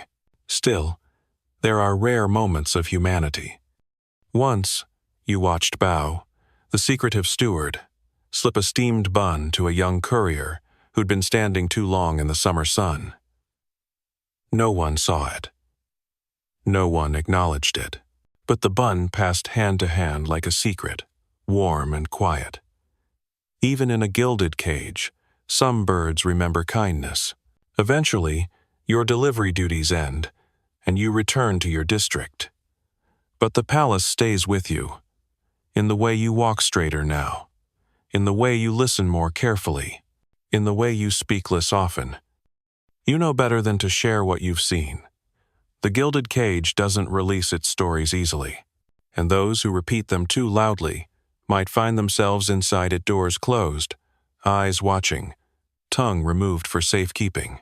But you remember, you always will. Because sometimes the most brutal punishment isn't pain. It's servitude wrapped in silk, obedience masquerading as prestige, and a life lived entirely in someone else's shadow. And sometimes, if you listen closely, you can still hear the sound of a palace door closing, not loudly, but with the soft finality of a story ending where no one else gets to speak. You're just trying to cross the square. That's it. One quick shortcut through the marketplace and then home, hopefully with your ankles and dignity intact. But of course, today's not normal.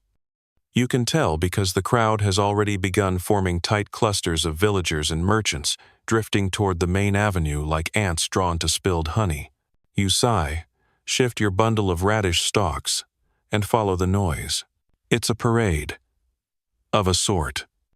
You've seen these before lines of condemned criminals hauled through the city in carts with crooked wheels and even more crooked expressions. Sometimes they cry, sometimes they stare at nothing. But always they wear the shame boards, those heavy wooden plaques that hang from their necks, slapping against their ribs like angry signs.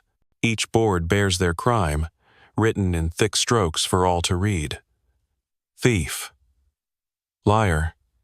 Deserter. Disrespect toward an imperial directive. That last one seems to be trending lately. The carts rattle slowly past you, pulled by braying donkeys, and flanked by soldiers who look bored out of their minds. One even yawns. But the crowd? They're invested. People shout insults, toss rotting vegetables, even spit. A vendor next to you mutters, "Ah, third one from the left that cheated my cousin in dice last spring. Guess the law finally caught up." These public humiliation parades weren't invented by Qin Shi Huang, but under his rule, they became institutionalized, formal, regular, a key part of punishment. After all, why hide a crime when you can make it walk past your house in full view? Historians still argue about the exact purpose behind these parades. Were they meant to discourage crime, reinforce social unity, provide a state-sanctioned outlet for public aggression? Probably all three. Either way, they're effective. You find yourself staring harder than you mean to, wondering what these people did, whether they deserved it, and if you'd look any different wearing that shame board yourself. The oddest part is how theatrical it all is. One woman in the cart has been dressed in exaggerated makeup, bright red cheeks, and thick black brows. A crown of twisted paper sits atop her head. You overhear someone say she mocked a local magistrate in a tavern joke. Now she's the punchline. As the cart rolls by, someone throws a chicken egg that hits her square in the neck. She flinches, but doesn't cry. The yolk drips down her collar like melted gold. There's a phrase whispered often: die in a cell, and the earth forgets you. Die in the street, and everyone remembers. You're starting to think that's not just poetic. Qin's empire runs on memory as much as law, and the best way to shape memory is through spectacle. Sometimes, the punishments are temporary. A parade, a few weeks in public stocks, and the person goes free. But the memory lingers. One boy from your neighborhood was marched last season for stealing salted fish. He's back now, sweeping streets for the city guard, but no one lets him forget. You've caught him muttering to himself, practicing polite greetings over and over, like he's trying to earn back a tone of voice. You remember hearing once about a noble's son who was paraded for illegal hunting. Instead of the wooden shame board, he was made to wear a live deer skull, its eyes removed, the bone painted red with ink. It wasn't about the law, it was performance art. The deer's horns bobbed with every step as the boy shuffled through the streets barefoot. Some laughed, others didn't. No one forgot. A fringe account from a border town claims a minister once created a musical humiliation parade forcing poets to march while singing parodies of their own verses. The logic? If you mocked the state in secret, you'd praise it in public, even if through clenched teeth. The entire thing was orchestrated like a festival, complete with symbols. You're not sure if it's true, but it feels true. And that's all that matters. Back in the square, the carts keep rolling. One man looks directly at you as he passes, his eyes locked, unblinking. His board reads, "Conspirator." No specifics, just the accusation. You want to look away, you try, but you can't. He doesn't blink, he doesn't break. Then he's gone, the cart creaking onward, and you exhale like you'd been underwater. The thing about these parades is that they aren't just for criminals. They're for you.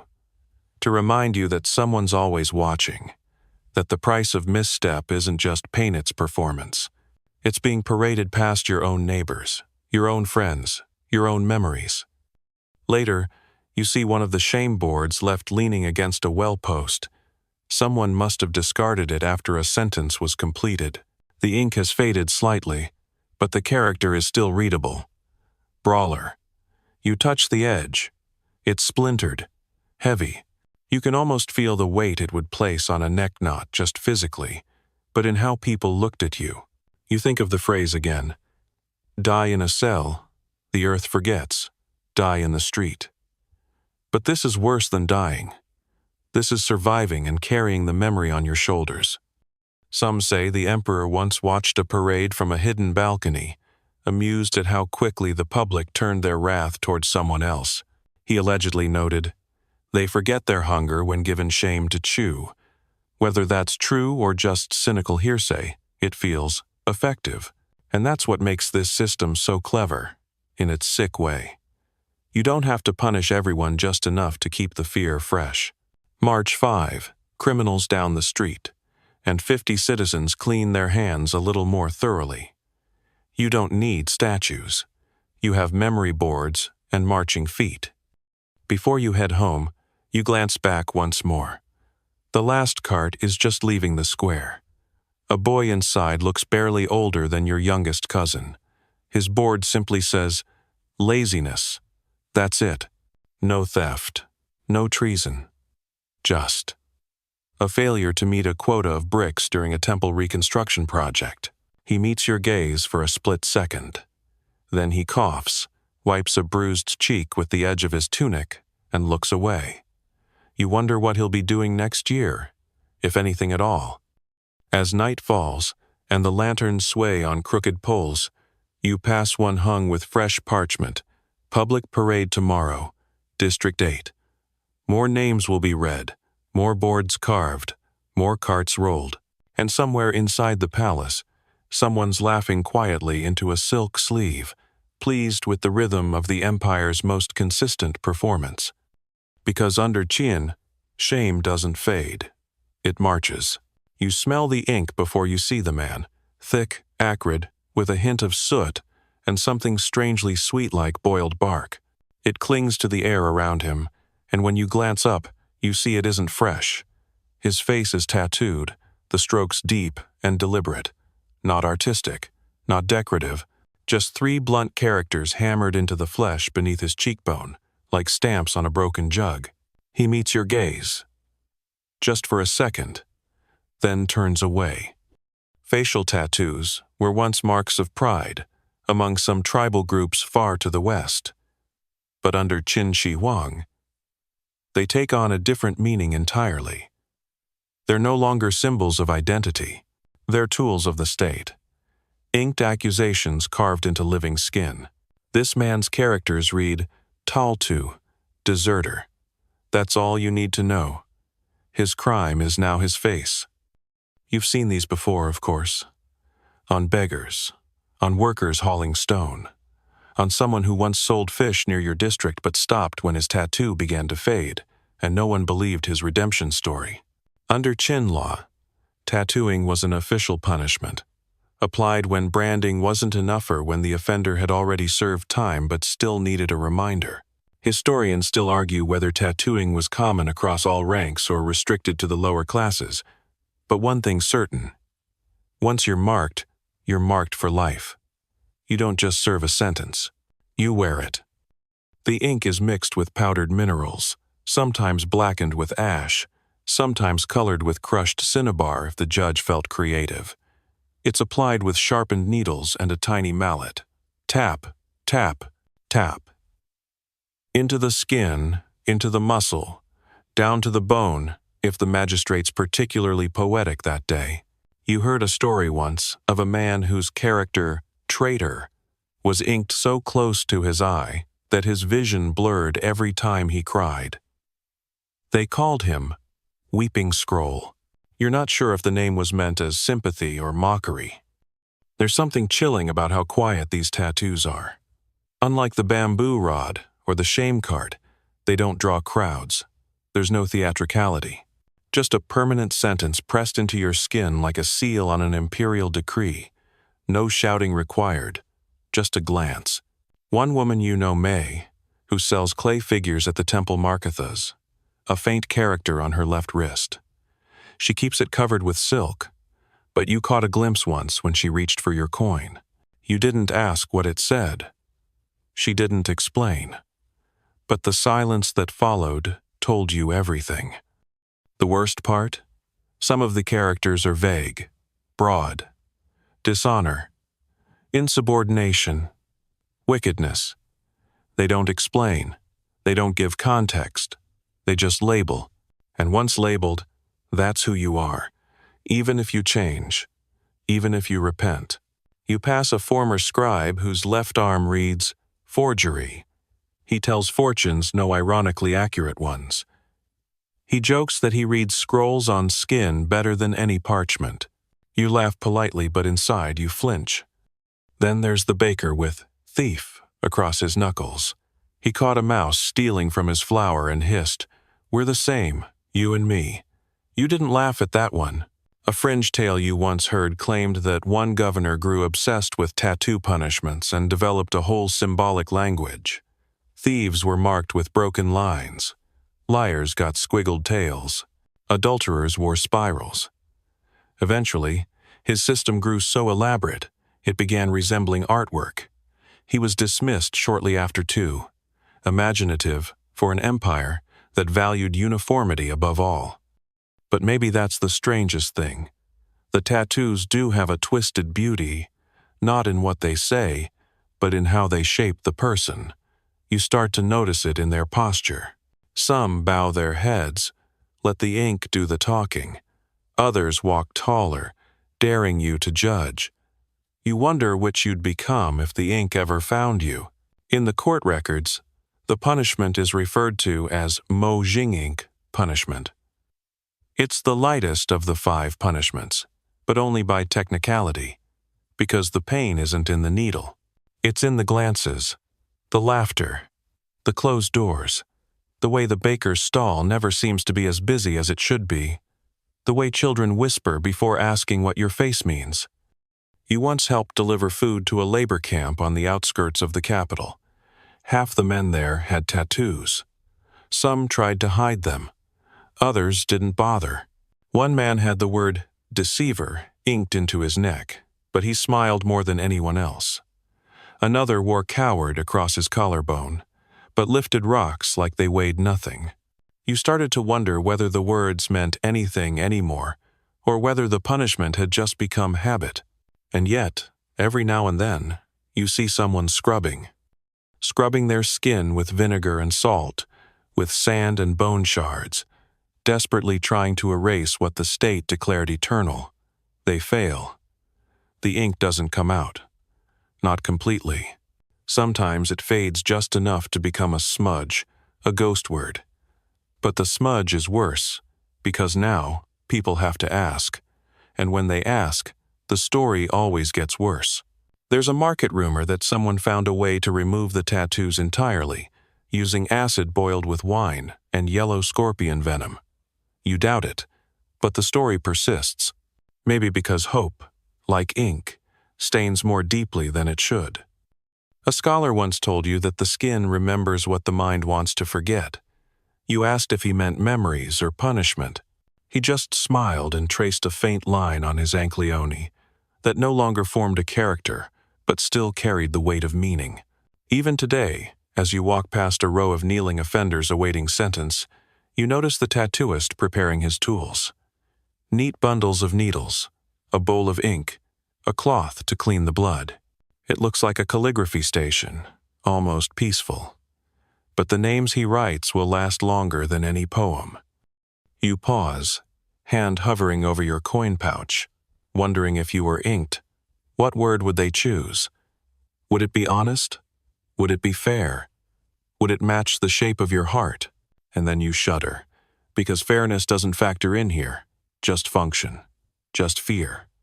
You walk away faster, suddenly very aware of the smoothness of your face, the unmarked blankness of your hands. You imagine what it would feel like to carry your worst moment on your skin forever, for strangers to read it before they hear your voice, for your past to shout louder than your future. Because under Qin Shi Huang, redemption isn't granted, it's erased. And if it can't be erased, it's carved deep into the flesh, so that every smile, every handshake, every passing glance becomes another sentence served. The tunnel smells like damp stone, sweat, and secrets. You duck as you walk. Even though the ceiling is technically high enough, something about these underground passages makes everyone smaller, humbler. The walls are rough-hewn and veined with glistening minerals. No decoration. No symbols. Just rock, cut by thousands of hands over years. Hands like yours, if your choices had been different. You're not here to build. You're here to deliver a meal-plain millet in a clay bolto, one of the overseers stationed deep inside the Emperor's mausoleum complex. Officially, this is still a construction site. Unofficially, it's a tomb so massive it feels like a kingdom beneath the kingdom. And somewhere down here, men are digging their own graves one stone at a time. The workers don't speak when you pass. Their backs shine with sweat. Their fingers are wrapped in strips of cloth, raw from hauling bricks and carving corridors. You glance at their faces. Most look dazed, blank. Not out of ignorance, but exhaustion. The kind of exhaustion that bends bones inward. You hear it whispered among the guards. They're not coming out. It's not a threat, it's protocol. These men, many of them criminals, some simply unlucky, are shaping the final resting place of Emperor Qin Shi Huang, the same man who unified the empire, who scorched libraries, who exiled philosophers, now commands an army of laborers from beyond the veil of normal daylight. And rumor says they'll join him in death, just as they serve in life. Historians still debate whether all the mausoleum workers were buried alive after the tomb was sealed, or only some the ones who knew its layout, its tricks, its secrets. But even the debate tells you something. It's not impossible. That's the empire you live in, one where silence is as deadly as a falling stone. You descend farther. The air thickens. Somewhere, water drips in rhythmic taps, like an hourglass made of echoes. You pass the terracotta army well, a piece of it. Soldiers lined up in uncanny silence, each face unique, each armor plate sculpted in maddening detail. These are not statues, they are declarations. The emperor's vision of immortality, fired in kilns and guarded with secrets. One overseer, a broad man with a permanent scowl and a missing ear, waves you off. "Put it there," he says, gesturing toward a flat stone slab. You do, bow, and turn to leave, but he stops you. "Wait." You freeze. "Have you seen the river?" You shake your head. He gestures again, this time toward a side tunnel cordoned with silk rope. "You're not supposed to be here, not even this far in. But curiosity has a gravity of its own." You sneak a peek. Down the hall at the far end glimmers something faintly metallic liquid mercury, the so-called rivers of silver that supposedly flow through the emperor's tomb. A vast underground map of China, carved in miniature and filled with toxic shimmer. It could be myth, it could be real, but the glint in the overseer's eyes tells you what he believes. A fringe tale you once heard claimed that one of the laborers drank a cup of that mercury, hoping to become immortal. He died screaming, but not before declaring he'd seen stars in his belly. You believe that too. Back in the worker barracks, a man collapses. No one moves to help. Not out of cruelty, but because they know what comes next. A replacement will arrive. The body will vanish. The work continues. The wall won't build itself. The tomb won't decorate itself. The emperor's afterlife doesn't allow for weak joints. And here's the part that twists your stomach. Some of these workers volunteered. Desperate peasants offered their service in exchange for food, hoping that being close to the divine project would bless their families. They weren't wrong. Some families did receive extra rations, temporary land rights, but they never saw their sons again. You once heard of a man who carved verses into the stones he carried. Hidden poems, scratched on the underside of bricks that no one would see unless they tore the place apart. His own ghost voice echoing through time, just in case someone ever noticed. You wonder how many others left messages, pleas, names, warnings. But stone doesn't confess easily. As you exit the tomb's outer corridor, a new batch of prisoners arrives. Thin, dirty, shackled. They don't speak. They just follow. You realize this place isn't just a construction site. It's a funnel. One entrance. No exits. They say the mausoleum is sealed with crossbows set to fire automatically if disturbed. 1,000 traps to keep the curious away. But no trap compares to the burial itself, the simple, devastating act of closing the door and leaving people behind. That's the punishment here. The final sentence. You pass a man laying bricks with hands so calloused they look like bark. His face is calm. Too calm, as if he's made peace with his tombstone already. You want to say something, a prayer, a joke, but your voice sticks. There's nothing to say that stone doesn't already understand. Later, back in the open air, you breathe deeply and still taste dust. The sky feels too bright, too wide. You blink and remind yourself, you're alive. For now. But part of you stayed in that tunnel, buried under layers of brick and silence. And that night, you dream of earth sealing above your head, of rivers flowing not with water, but poison, of footsteps echoing endlessly down a corridor that never ends, of voices whispering through stone. Because in Qin Shi Huang's empire, punishment doesn't always come with a scream or a scar. Sometimes, it comes with a trowel, and a door that doesn't open. You don't expect the horses to be this quiet. You've seen them before plodding through the city, snorting behind grain carts, clopping past market stalls, but these horses are different. They don't look nervous. They look bored, trained for chaos. Standing still, yet humming with muscle. Their reins hang loose, and their hooves tap gently against the packed earth of the parade ground. Each one is tied to a thick wooden post, and each post is tied to a rope, and each rope is tied to a limb. You can't move. You're not even sure why you came. Maybe curiosity, maybe the sound of a crowd always pulls people like gravity. But now you're here, and you wish you weren't. The condemned is already tied down, spread out like a drop doll. His arms and legs are stretched unnaturally toward the four corners of a chalk-marked square. 4 horses, 4 directions, 4 ropes.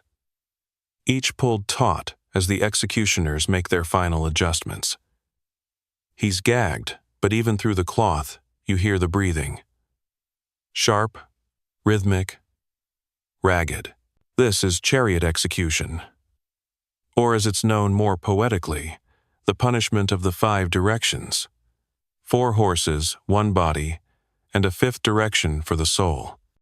The crowd hushes as a magistrate steps forward and reads the charges.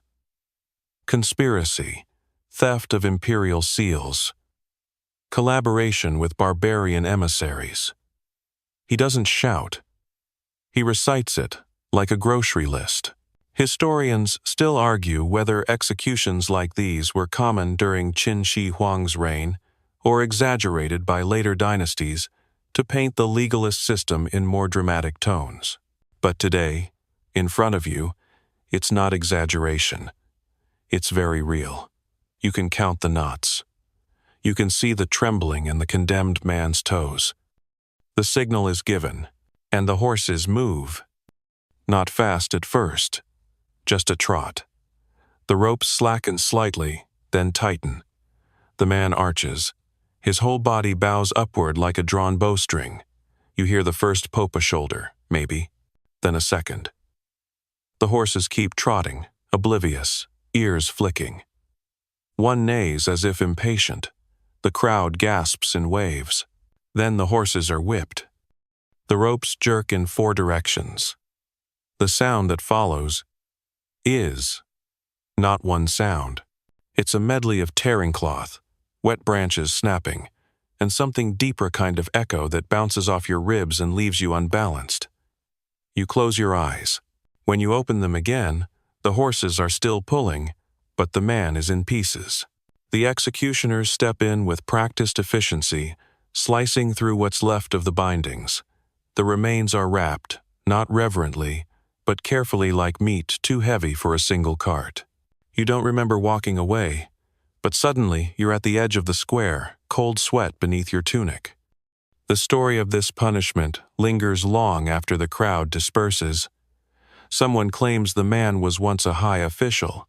Another swears he was innocent. A third says the emperor watched from a hidden balcony. Maybe, maybe not. But the execution served its purpose. People speak a little softer the next day. Nobody drops anything. Not even a spoon. You ask an older man what he remembers about the last time this punishment was used. He shrugs. Maybe 10 years ago. Maybe 20. It's not frequent. That's why it works. A fringe tale you once heard describes a rebel general who was sentenced to this fate but refused to scream. Allegedly, he stared straight ahead, jaw clenched, even as the ropes tightened. The guards were so unnerved, they hesitated. The emperor reportedly ordered, "If he won't break, break him again." Whether that's true or not, it's become part of local legend. You hear schoolchildren daring each other to go silent like General Yun. None ever do. You learn that the ropes are custom woven for each execution hemp soaked in oil, treated to be both strong and flexible. If they snap, the execution has to be reset, which is considered a bureaucratic embarrassment. There's even a special word for a failed chariot execution: incomplete severance. You shiver. Only an empire this obsessed with order would need a term like that. And it's not always horses. Some provinces use oxen, slower, more deliberate. Others use chariots themselves, with the limbs tied directly to the wheels. That version has a name too: wheel turning. The implication is spiritual, the wheel of fate, the circle of law. Except it doesn't feel spiritual. It feels like watching laundry tear apart in every direction at once. You can't forget the way the man's eyes looked wide, bloodshot, filled with the purest form of disbelief, as if even he didn't think it would actually happen until the moment it did. That's the most disturbing part. Not the method, not the gore, but the precision, the planning, the fact that this is codified, that somewhere, in a government archive, there's a scroll detailing when and how this should be done. A checklist, a flowchart, probably a form to file after. The horses are washed later, not for mercy, just to keep them clean. You see one tied to a post near a stable, sipping water calmly, as if nothing ever happened. You wonder if it remembers, or if, like everyone else, it simply moves on. That night, you dream of ropes, dozens of them, twisting into shapes you can't name. One wraps around your ankle, another slips beneath your tongue. You wake before they tighten. You always do. But your sheets feel like cords, and your joints ache as if pulled. In the days that follow, you walk more carefully. You speak with more precision. You cross your arms when you're thinking, so no one accuses you of strange gestures. Because now, you understand something fundamental about this empire. It doesn't need to punish everyone. It just needs you to imagine it. The horses may only run once a year, but the ropes? They're always waiting. You've been walking for hours, not through streets or alleys or rice fields, but along a barren road stretching toward nothing. There are no signs, no houses, just wind and dust, and the occasional crow watching from a fence post like it's waiting for someone to give up. Behind you, the walls of your city are already gone. Ahead, only whispers remain. You are being exiled. You didn't kill anyone. You didn't steal. You didn't defy the emperor out loud. All it took was one association a friend caught reading a forbidden poem. You were seen with him 3 days before the arrest. That was enough. Not guilty enough for death, but far too guilty to stay. So now you walk, alone, with a permit on your back tied to your robe, a thin bamboo placard etched with your name, village, and new designation, non-citizen. This is what they call banishment to the ghost provinces. You're not the first, and you won't be the last. Qin Shi Huang believed in order, and sometimes that meant subtracting people from the equation altogether. Not through execution, not through labor, just removal. You are a broken tile tossed from the roof, still whole, still recognizable, but entirely out of place. Historians still debate the precise boundaries of Qin's exile zones. Some maps suggest the deserts beyond the western frontier. Others point to southern forests so dense they swallow sound. But one thing is agreed upon. Exile was meant to erase, not relocate. The official term was frontier displacement. The result? Disappearance. You meet a few other exiles along the road. No one talks much.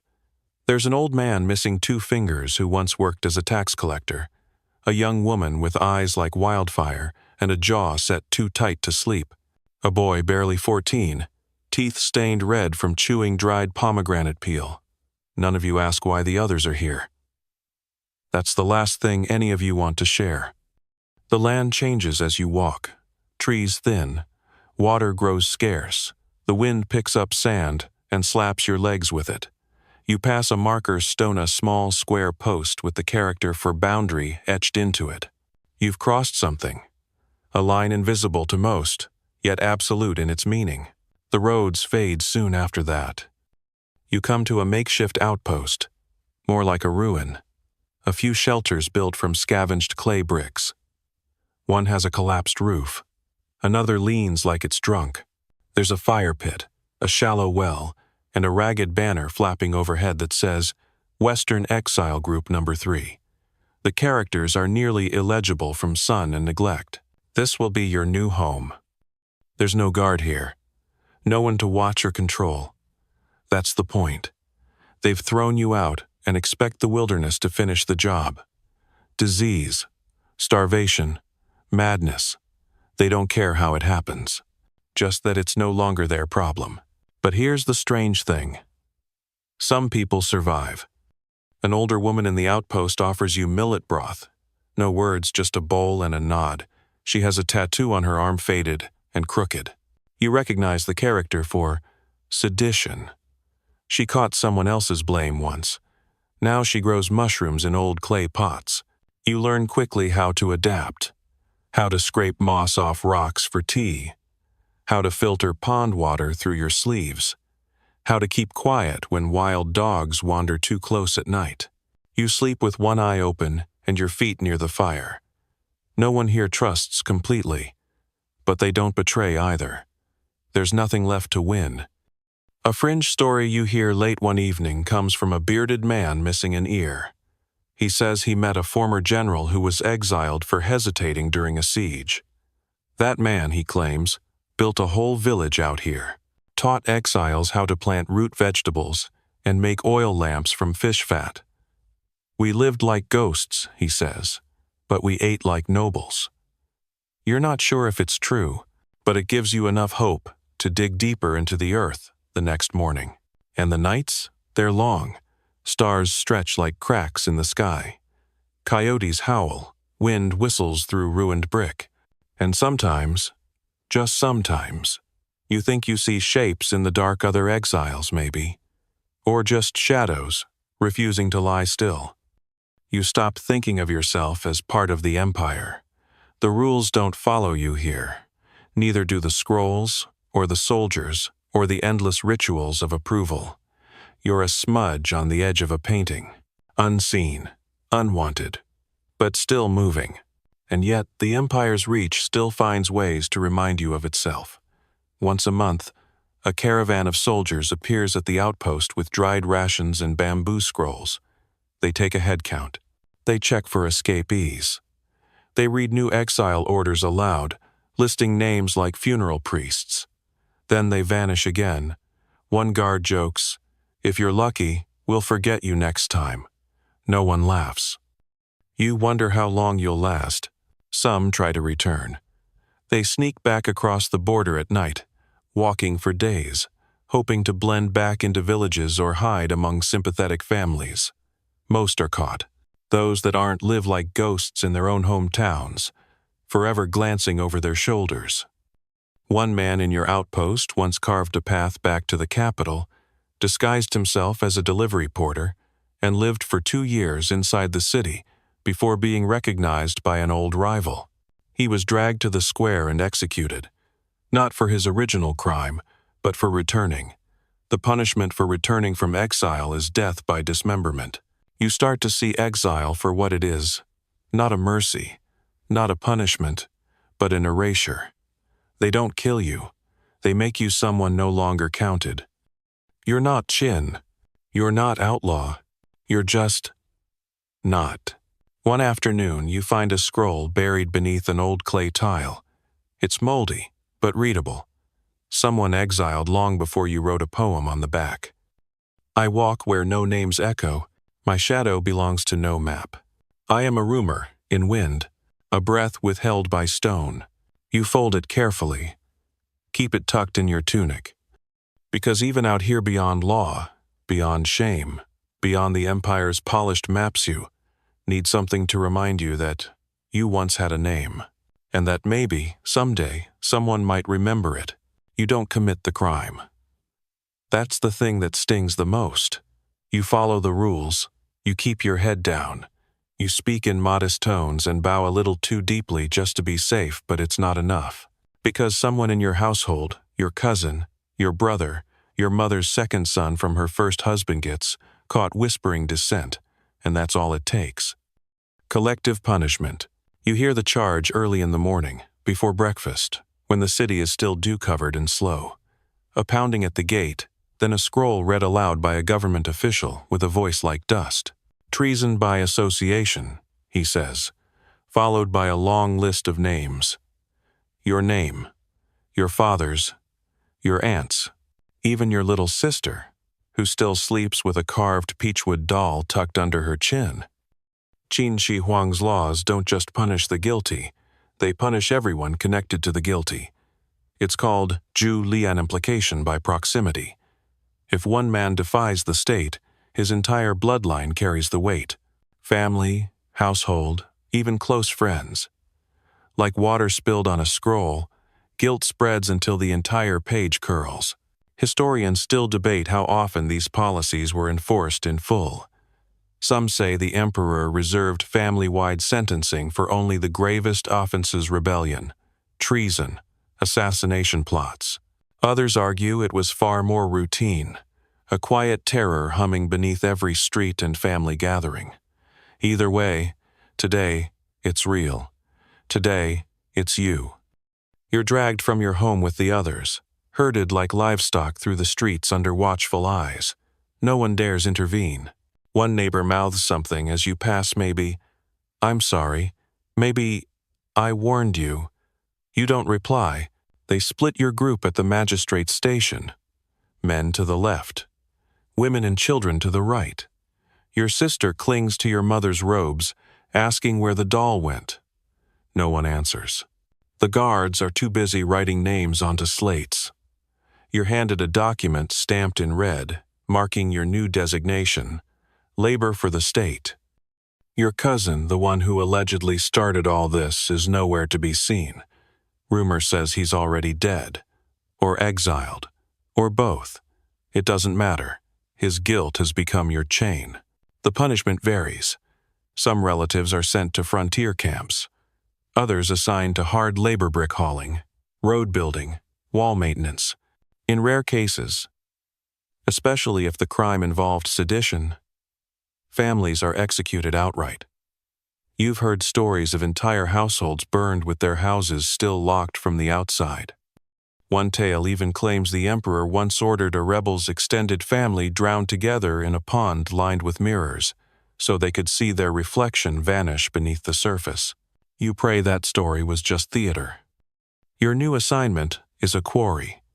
It's loud, dusty, and far from anything you'd recognize as civilization. The guards don't speak unless to issue orders. The other workers rarely talk. They know what you are: a tethered sin, an echo of someone else's mistake. You sleep on mats woven from straw and wait for your name to stop meaning criminal's cousin. It never does. A strange moment catches you weeks later while hauling limestone to the loading site. One of the other workers, an older man with crooked teeth and a tattoo on his forearm, leans in and says, "My son threw a stone at a magistrate's dog." That's it. That's all he says. But you understand. The stone didn't just strike the dog. It landed on him, on his wife, on his 3 daughters, now married to ghosts in the exile camps. There's something uniquely cruel about punishing a family. It turns meals into interrogations, turns lullabies into cautionary tales. You start to question every relative, wondering who might be the crack in your wall. A fringe tale that drifts through the labor site tells of a man who tried to outwit collective punishment. He wrote to the emperor, declaring he had disowned his cousin years before, formally, publicly, and legally. The emperor read the letter, then ordered the man executed for cowardice. If he feared association, he feared his own blood. The sentence was branded on the man's chest before he died. You don't know if it's true, but no one in the camp has tried to write a letter since. The worst part is the silence that follows. Families don't talk about their disgraced members. It's dangerous, but it's also corrosive. You watch your mother's face in your mind, how her lips trembled as she reached for your sister's hand, how she didn't speak when they separated you. You wonder if she blames you, if she blames herself, if she's even still alive, because they don't tell you. Once the family is broken apart, you're not updated. You don't know where anyone is sent, whether they were relocated or punished more severely, whether they begged, whether they fought, whether they were brave. You're left with only imagined endings. One man in your camp tries to track his family by listening to gossip from new arrivals. He draws a crude map in the dirt each night, marking rumors like stars. They said a group of women was seen near the Yellow Ridge last week. Maybe that's where my wife is. He adds a circle. A child with a doll. Could have been my daughter. He draws a square. Then it rains. The map is gone. Eventually, you stop hoping for news. Not because you've given up, but because hope makes you ask questions, and questions bring lashes. You learn to survive. You break stone. You haul bricks. You memorize the rhythm of orders so you can respond quickly. Guards like obedience. Obedience keeps you fed. Mostly. And then, one day, they bring in a new group of prisoners. Among them is a girl with a familiar gait-small feet, hair tied in a crooked braid. She's older than you remember, thinner, quieter, but her eyes are the same. Your sister. She doesn't see you at first. Then she does. You don't speak. You can't. But the glance is enough. In it, you pass 1,000 memories. A cracked bowl. A red string. A silly joke told under a moon you haven't seen in months. She doesn't cry. She just nods. You never work in the same group. They keep families apart. But now, when you eat, you do so with a little more strength. Knowing she's still here. Knowing you weren't completely erased. Because that's the purpose of collective punishment, to unmake you. Not just your body, but your legacy. Your lines. Your branches. The state doesn't need to kill everyone. Just enough to snap the tree. But sometimes, roots survive. And sometimes, in the middle of a dusty quarry, they find each other again. You've passed the wooden frame 3 times before today, always pretending not to notice it. It stands near the edge of the punishment yard, where the ground is dry and cracked, and even the weeds refuse to grow. From a distance, it looks like part of a broken fence, just upright beams connected by crossbars and strange curves. But you know better. Everyone does. They call it the wooden donkey. You're not sure who came up with the name. Maybe because it doesn't look threatening. Maybe because it carries people like an animal might. Or maybe because calling it something simple makes it easier to stomach. But the men who've sat on it don't speak of it as anything close to simple. Today, someone will be mounted. That's the phrase they use, mounted. Like it's an honor or an opportunity. You're ordered to watch. Mandatory attendance. The guards herd the work crew toward the yard, forming a lopsided circle around the contraption. Up close, the structure makes more sense and less. It's a triangular beam, tapered to a sharp edge at the top, supported by 2 stout legs on either end. Iron rings hang along the sides, connected to ropes and pulleys.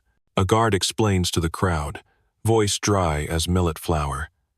This is a punishment for insolence and sabotage. The subject will be secured above the beam until confession or correction is achieved. A young man is dragged forward. You've seen him before, hauling stone with speed no one could match. His name is Bing. He once shared his dried plum with you when your ration was light. You never asked why he was here, but rumor said he tripped a foreman on purpose. Or maybe it was just a stumble. The truth no longer matters. Bing doesn't fight as they lift him. He trembles, yes, but his eyes remain steady. His legs are forced to stride the wooden beam. The triangle cuts upward between his thighs like a blade made of wood and shame. The ropes are pulled taut, lifting his ankles off the ground, so his entire weight rests on that sharp edge. There is no blood. Not yet. But the wince he gives, the clenching of his fists, tells you everything. The crowd stays silent.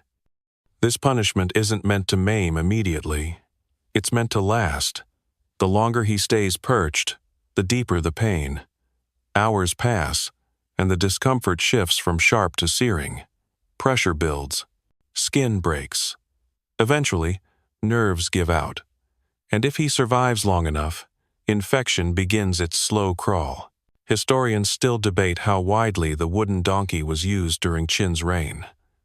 Some say it was a favorite of local magistrates who lacked the manpower for traditional lashings. Others argue it was a cruel variation, adopted from earlier warring states' torture techniques. But every labor site has one, which tells you something. You shift your weight as Bing groans. He's been up there an hour. A guard splashes water in his face, not out of mercy, but to keep him conscious. Confession is no good if mumbled. Here's a strange tidbit you once heard in a tea house.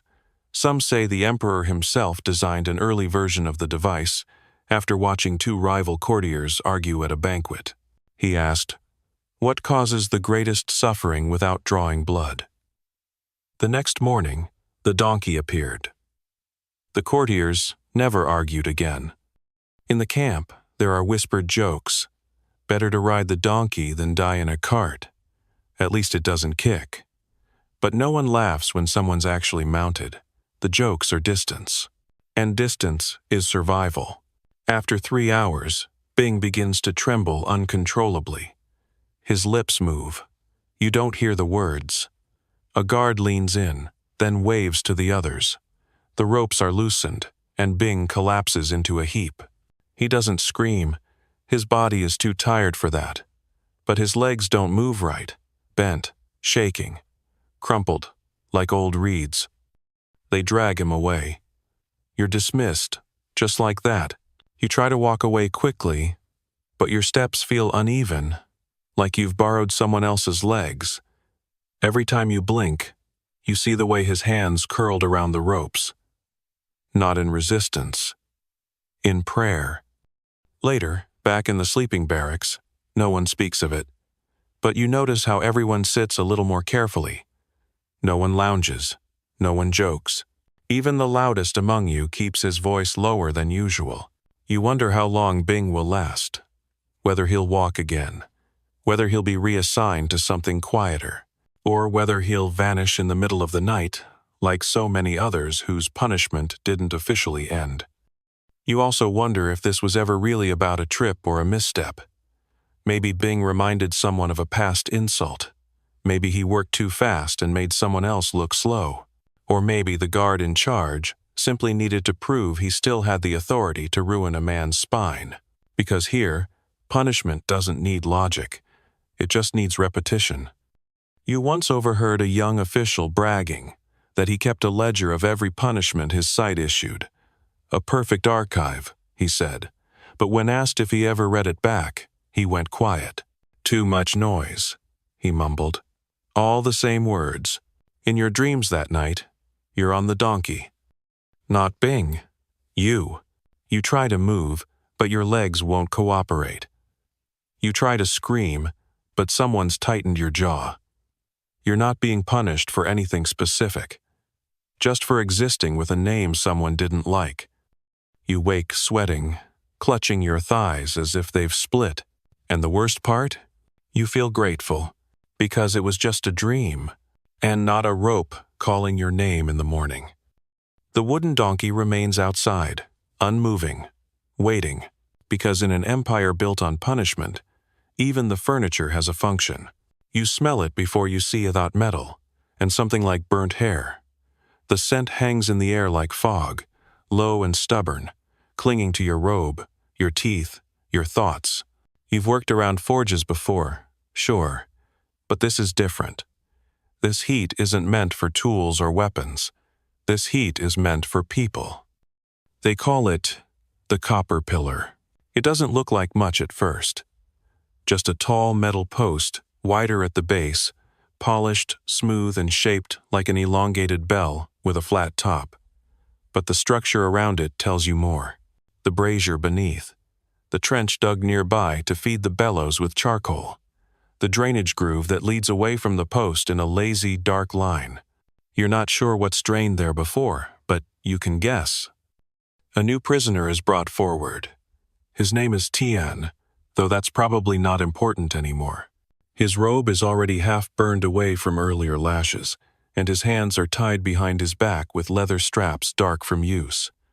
The guards don't look excited or cruel, just tired, efficient. Like they're moving furniture. The punishment is called roasting. Officially, it's reserved for traitors, repeat offenders, or anyone deemed a danger to the harmony of the state. Unofficially, you hear it sometimes used for bureaucrats who misplace important documents or offend the wrong noble. No one knows exactly who designed it, but the records trace back to early Qin prison manuals. The copper pillar is heated gradually. That's the worst part. There's time. Time for your skin to anticipate, for your nerves to scream before they're even touched. They say it takes about 2 hours to reach peak temperature, but no one lasts that long. Tian is strapped upright against it, chest first. His bare back meets the cooling surface, and for a moment, nothing happens. Then the hissing begins. Not loud, just a whisper of steam, a breath from the earth itself. You see his shoulder twitch, his jaw tighten. He doesn't scream, not yet. Historians still argue whether this method was borrowed from nomadic tribes or created entirely within the Qin legal system. One theory suggests it was originally a livestock branding, technicurified, weaponized, and then institutionalized. Either way, it's here now, standing tall, unquestioned. The guards take turns at the bellows. They pump steadily, feeding the charcoal fire until the pillar begins to shimmer faintly, like it's turning into something less solid. The air ripples. Tian groans. You see a strip of skin on his upper back begin to blister, then split. He leans forward instinctively, trying to escape, but the straps hold him firm. This is not a quick death, not even a guaranteed one. Some survive, but survival comes at a cost. Nerve damage, disfigurement, months of immobility. A man from your district once returned from such a punishment with half his body covered in what looked like tree bark. The children called him Burnt Branch behind his back. He walked with a stick, not out of weakness, but to keep his balancy one side of him too tight, the other too soft. There's an old superstition whispered in exile camps. The copper remembers. That each time it's used, a trace of the last victim lingers. That the screams soak into the metal and return as echoes when no one is around. You've never heard them yourself, but you believe. A fringe story tells of an inspector who was punished this way after failing to deliver accurate census numbers. Supposedly, as he was bound to the pillar, he began reciting every name from memory hole villages, families, down to the number of goats in each household. The guards were so impressed, they tried to pause the execution. The pillar didn't. Tian's body begins to sag. The straps creak. His breathing is fast, shallow. He's shaking now, which only makes the contact worse. Movement spreads the pain. The pillar's design ensures maximum surface contact. No chance of lucky gaps. No escape. Eventually, someone signals. The straps are cut, and Tian collapses. The front of his body is intact, the back raw, slick, unrecognizable. He's alive, barely. 2 workers lift him by the arms and carry him toward a tent. Whether he'll see tomorrow is unclear, but the pillar will. The fire is allowed to die down. Ash is swept. The base is cleaned with water and a stiff bristled brush. No prayers, no ceremony, just maintenance. The pillar stands, gleaming again. almost innocent. You notice something else before you leave. Carved into the base, small and careful, is a set of tally marks. Dozens, maybe hundreds. One for each time it was used? One for each life changed forever? You add a mark in your mind, because even if the records don't mention today, even if Tian's name never appears in the scrolls, the copper pillar knows. It remembers. That night, by your small fire, you catch yourself staring into the coals a little too long. You imagine leaning against them. Not by choice, not even in punishment, just to understand, just to know what it feels like to become part of the metal. You snap out of it. Because there's something worse than pain in this empire. It's becoming an object lesson. A whisper told by others when they want obedience. A figure in someone else's cautionary tale. A name etched invisibly into the side of a copper post, waiting for the next body. And the next. You've seen missing ears before. A clean cut, maybe a jagged one, but today it's noses. Specifically, people without them. It's not subtle. The first time you spot it, you're in line at the grain storehouse, watching a man argue over his portion of rice. His voice is nasal, his tone sharp, and when he turns, you notice it nothing where his nose should be. Just smooth, scarred skin, the faintest indent, as though someone pressed a thumb into wet clay and never let it heal. The guard beside him barely glances up. It's nothing new, nothing alarming. Because in Qin Shi Huang's empire, this is a known punishment. You hear the term whispered later in the dormitories. Yibi, nose removal.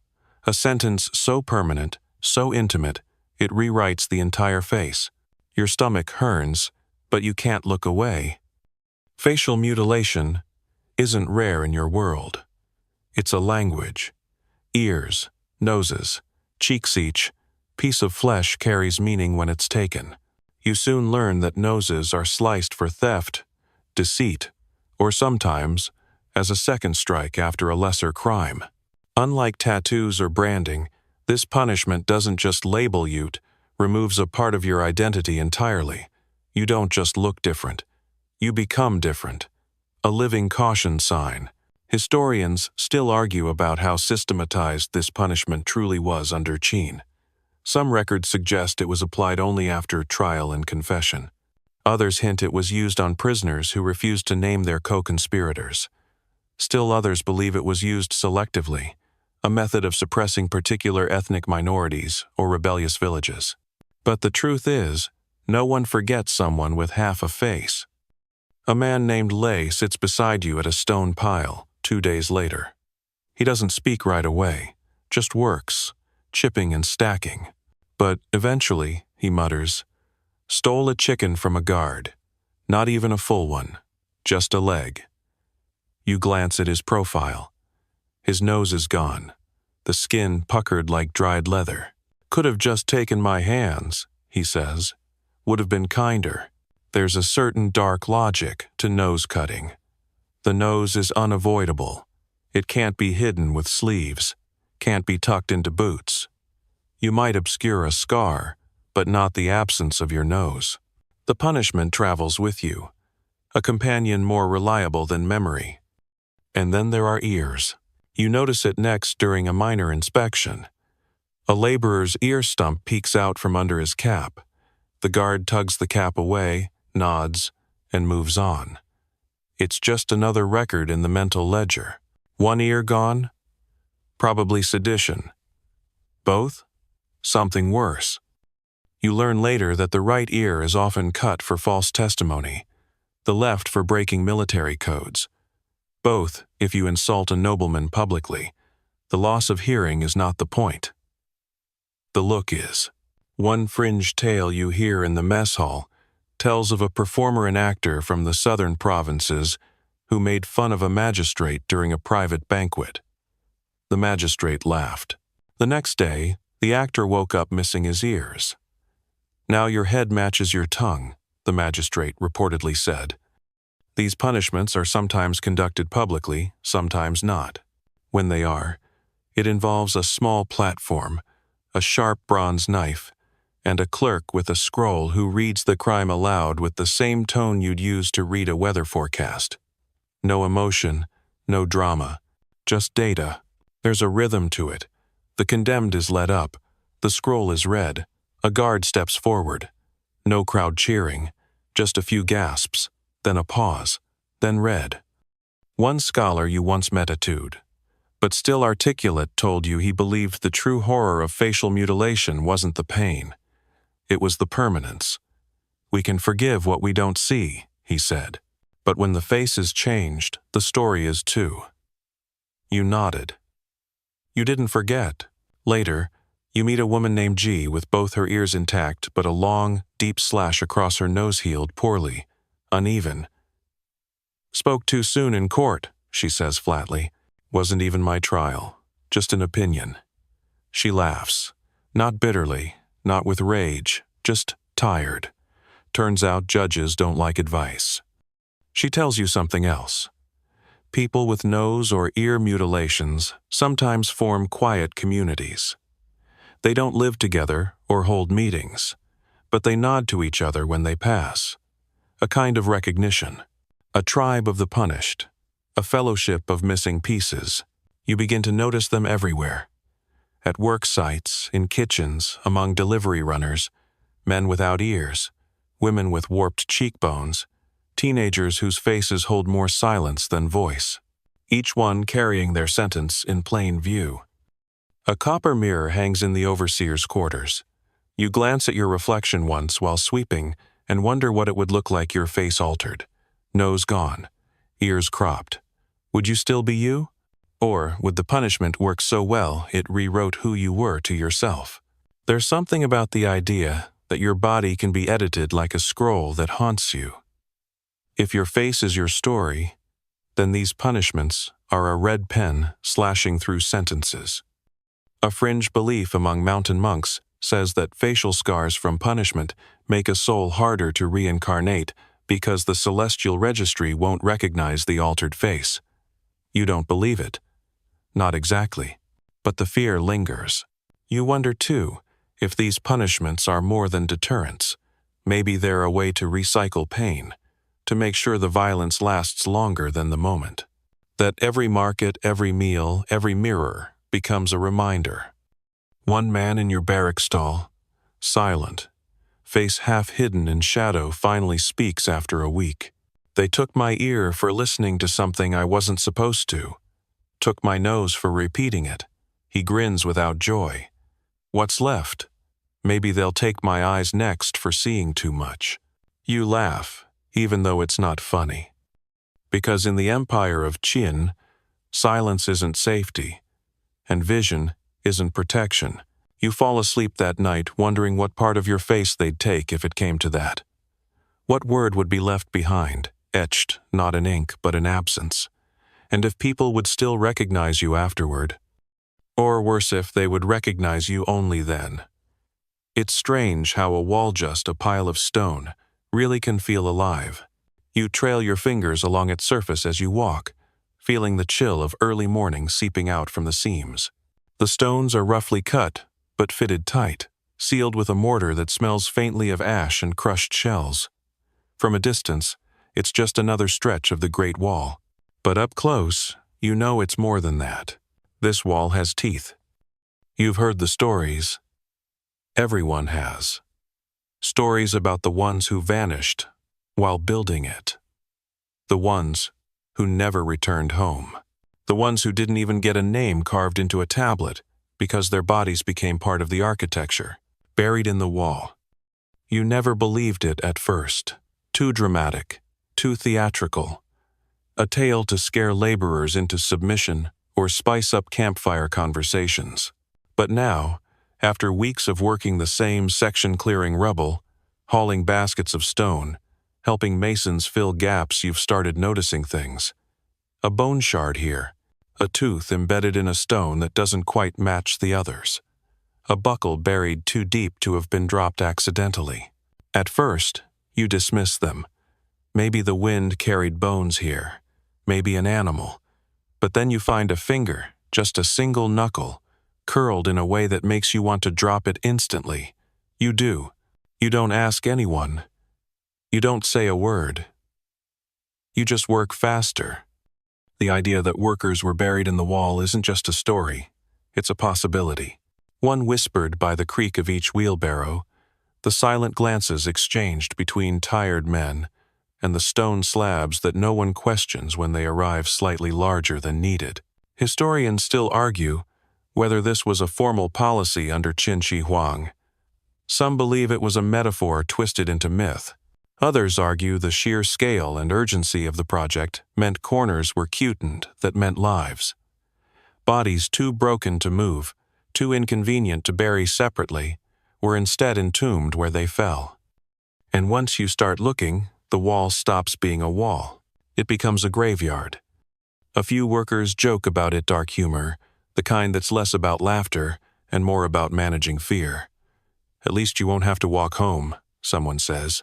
Get the best view in the empire for eternity. Another offers. But no one laughs for real. They just nod and keep working. You meet a stonemason named Quan, older than most, with hands like folded bark. He's worked the wall for 20 years, seen it climb mountain ridges and plunge into valleys. He's careful, methodical, and quiet. One afternoon, as you pass him a trowel, he mutters, "You ever hear the wall sigh?" You blink. What? He nods, eyes on the stone. At night, sometimes it sighs. Not the wind, not the cold, just tiredness from everything inside. You think he's joking, until he pauses, touches the wall, and says softly, "There's more people in here than bricks." You never ask again. One night, as you lie on your mat, staring at the tent's ceiling, you picture the wall from above. A long, serpent-like scar crawling across the land, made from sweat, stone, and silence.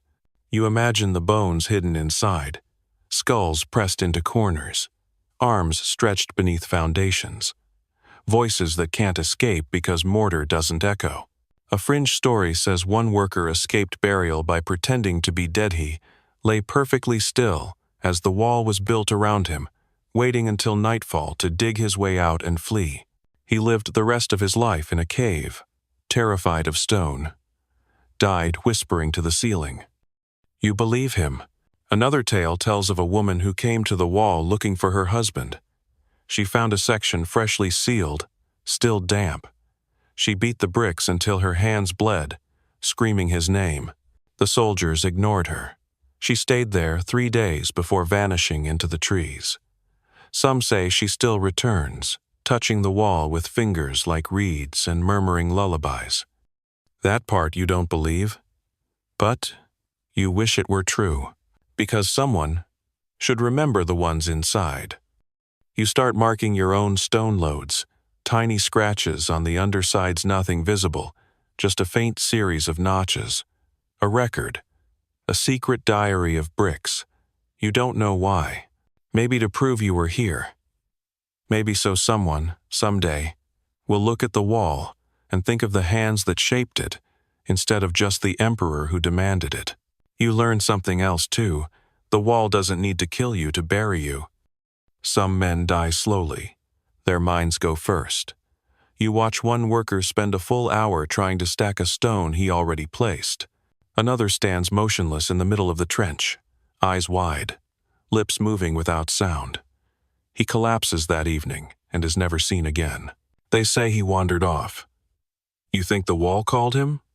The overseers don't care. Their quotas remain. 1 foot of wall per man per day, they shout. And if you die, we'll use you to fill the next gap. You think they're joking. You don't ask. Every so often, a monk or scholar visits the site sent by the court to document progress. One asked if the wall truly stretched unbroken for hundreds of li.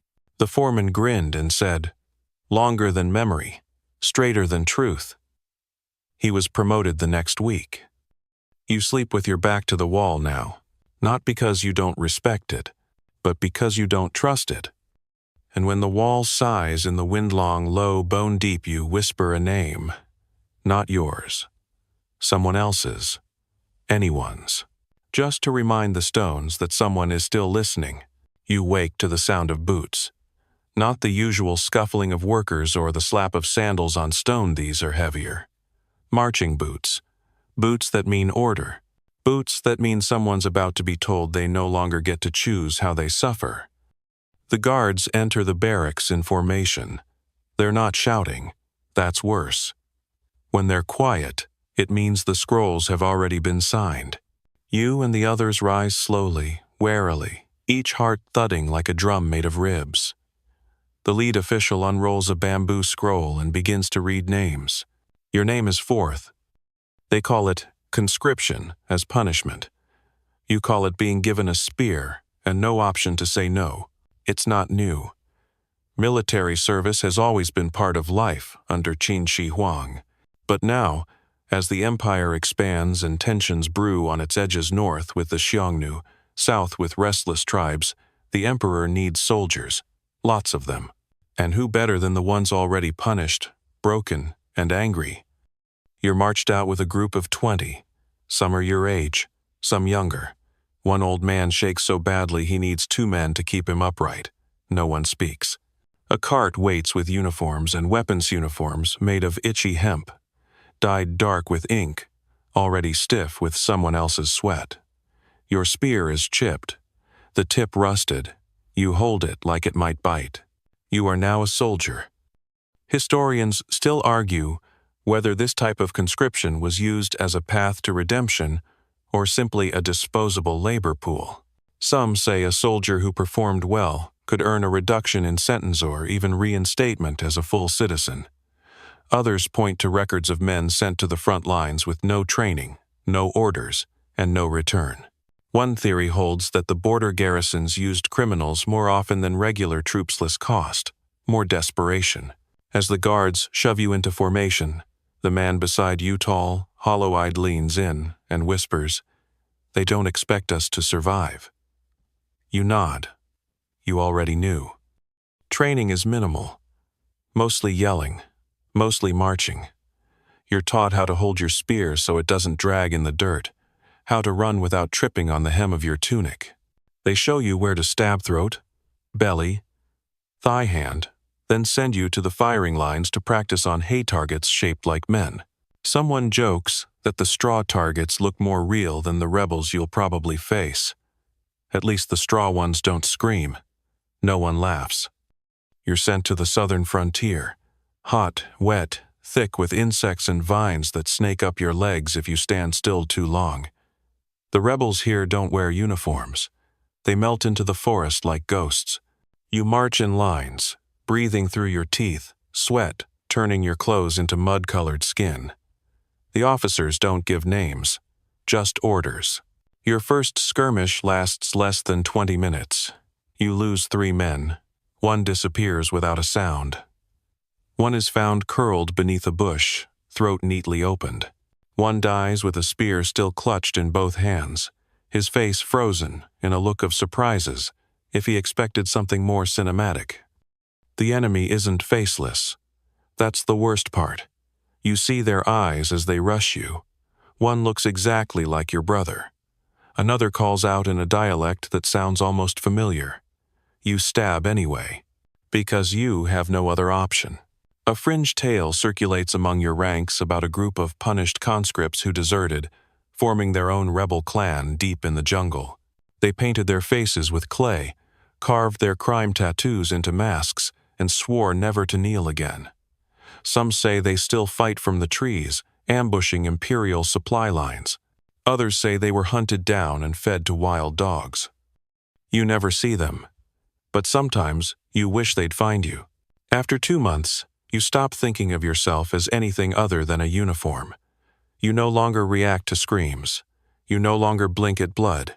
You eat when told, march when told, fight when told. One day, your commander announces that 3 of you will be recognized for bravery. You're not among them. You don't mind. Recognition means you're still visible, still valuable. You prefer to blend into the mud and moss.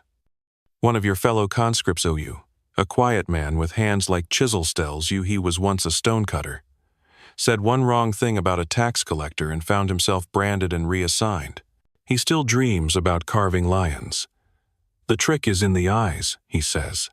If the eyes don't look alive, the whole statue fails. You wonder if that's true of people too. You see, men break not from wounds, but from time. One sits beneath a tree for hours, not moving, not speaking. Another refuses to sleep, convinced every rustle means his own execution. One night, your camp is raided. Fires rise. You're awakened by shouting and the smell of burnt fish. You grab your spear. You run. You don't know who you're killing. You don't ask. In the end, your unit survives. You're told you've done well. You're even offered reassignment back to a labor site instead of continuing at the front. You accept. And just like that, you're no longer a soldier. No thanks. No ceremony. You hand over your spear and receive a new scroll with fresh ink marking you as service completed, not pardoned, not free, just slightly less condemned. As you ride the cart back to the outer provinces, you realize something chilling. You miss the front, not the killing, but the clarity. There, everything had a rhythm, a direction. Now, you return to ambiguity, to waiting, to the quiet, suffocating bureaucracy of punishment without purpose. And worse, you realize they've won. You're not angry. You're not rebellious. You're just tired. Because, in this empire, even war is a tool of discipline, and sometimes the battlefield is kinder than the courtroom. You'd think the worst punishments would come with noise gongs clashing, guards yelling, some dramatic shouting for effect. But this one doesn't. This one begins in silence, inside a magistrate's hall that smells like dried ink and mildew. You sit on a low bench, surrounded by bamboo scrolls stacked higher than your head. It's not a prison. It's an archive. You're here because of a whisper. You don't know who said it, or when, or even exactly what was said. Just that someone accused you of something. Possession of banned texts, or copying an unapproved poem, or quoting an outdated philosopher. You're not sure. They won't tell you. That's part of the punishment. They give you a writing board and a fresh scroll. You're to write everything you remember about the past month. Conversations, meals, thoughts. Yes, thoughts. Because what if your thoughts were disloyal? You don't ask how they'll verify what's in your head. You just start writing. This is what they call paper punishmenta bureaucratic maze, designed not to break your body, but your mind. Historians still argue whether Qin officials used paperwork as deliberate torture, or whether the system just became so large and self-important that it evolved naturally into one. Either way, you're now a victim of it.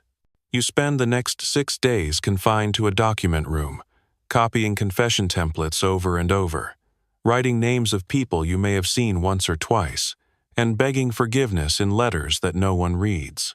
Every day, a scribe checks your work, not for truth, for neatness. You're told your characters are too loose, your strokes uneven. You rewrite everything, 4 times. On the 7th day, they bring a new stack of scrolls. You've only just learned the phrase, death scrolls. Not dramatic, not blood-stained, just a bamboo roll with your name, crime, and sentence, sealed with red ink. You're not dead. Not yet. But someone else is, because these scrolls aren't for you to read. They're for you to copy.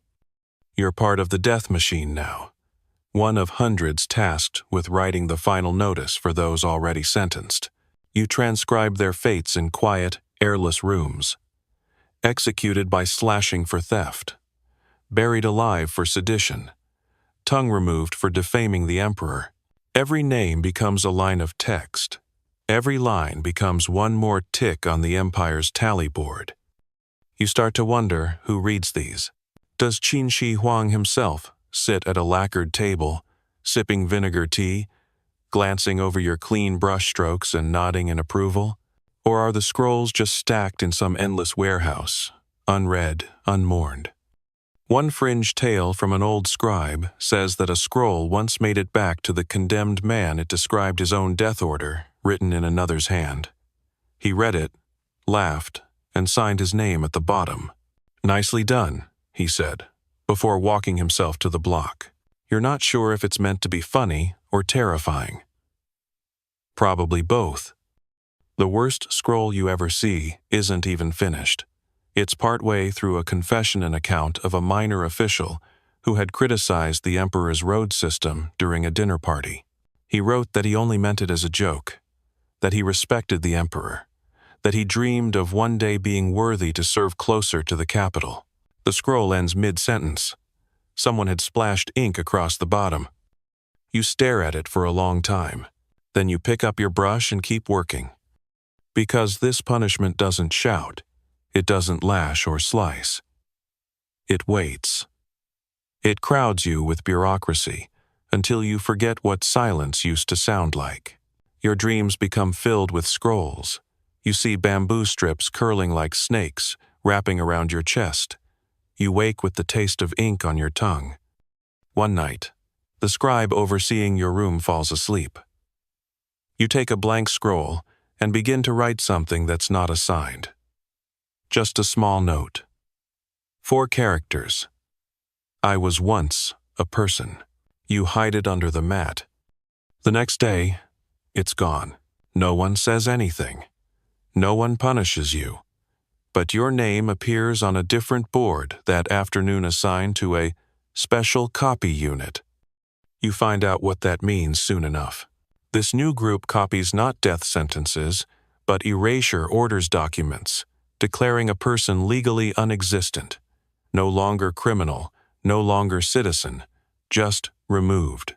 Their name blacked out on registries, their home assigned to others, their family ordered not to speak of them again. You write their names, then cross them out. It feels worse than writing death, because at least the dead are remembered. Your hand cramps more often. You dip your brush so many times your thumb stains black. You begin to see ghosts in the ink, not metaphorical, one actual shapes. Faces, pressed between the lines. When you blink, they're gone. Maybe it's exhaustion. Maybe the room's air is too stale. Or maybe the scrolls are haunted. There's a belief, whispered among the scribes, that every copy of a death scroll traps a sliver of the condemned spirit. That with each repetition, their unrest grows. Some say, if you write the same name more than 1,000 times, the ghost will find you and whisper your own sentence. You never hit 1,000. But sometimes, just before you fall asleep, you hear your name pronounced like a verdict. After 30 days, you're told your scroll duties are complete. No applause, no gratitude. Just a new assignment and a new robe. You walk away blinking at sunlight like it's a stranger. And though your hands are clean, your mind is ink-stained, filled with names you'll never forget. Sentences you didn't write but carried. Because in this empire, punishment isn't always loud. Sometimes it comes quietly, on paper, and it still leaves scars. You didn't think bureaucracy could feel sharp, but here you are scratched raw by a paper cut you barely saw coming. The form was simple enough, a single-page inventory of tools used at your labor site. Nothing exotic. 1 spade, 2 picks, 3 ropes. You ticked the boxes, handed it over, and went back to shoveling dirt. 2 days later, you're summoned for questioning. Why did you record 3 ropes? The official asks. You blink. Because there were 3? He frowns. Records from last season say there were 4. And just like that, you're tangled in the thorns of Qin's administrative jungle. 1 missing rope. No witnesses, no confession, but plenty of forms. So many forms. You didn't steal it. You didn't even see a 4th rope. But you've now triggered a chain reaction that pulls in 3 different departments, a minor magistrate, and someone called a tool verification clerk. You're marched between offices, your wrists bound not with rope but with paperwork. This is punishment by red tapion of Qin Shi Huang's most underrated weapons. Historians still debate whether the emperor's bureaucracy was a marvel of early statecraft or a slow-motion meat grinder with stamps. On one hand, the centralization of records, officials, and duties made the Qin Empire remarkably efficient for its time. On the other, it crushed people under scrolls thicker than the walls they built. You're not even formally accused of a crime yet, but you're labeled administratively suspect. That's enough to put you in the record hole. It's not a dungeon. It's worse. It's a small room behind the archive hall where you're given a brush, a seat, and piles of contradictory documents. Your task: reconcile them. You don't know what that means. Neither does anyone else. You start reading anyway. For 8 hours a day, you copy numbers, compare characters, circle inconsistencies. At night, you dream in columns. You forget your name and start answering to rope 3. One of the other suspects is a cook who ordered too much rice. Another is a translator who used the wrong word for grain. None of you are violent. None of you protested the emperor. You just misaligned a stamp or forgot to initial a line. A fringe story circulates about a man who was arrested for failing to label a shipment of dried plums. Instead of marking them as food, he filed them under herbs. The cart was redirected to a physician who, in turn, dosed a patient with plum extract instead of medicine. The patient died. The clerk was charged with accessory to murder. You begin to understand. In this empire, paperwork can kill you. And it's not quick either. The punishment drips like a leaky pipe. You're not beaten, but you're eroded. You're not stabbed, but you bleed time. Worse still, no one can say how long it lasts. There's no sentence, no goalpost. When you ask the clerk overseeing your case how long until resolution, he shrugs. Depends when the rope reappears. As if ropes simply walk off on their own, and occasionally send postcards. After 3 weeks, your handwriting is cleaner than it's ever been.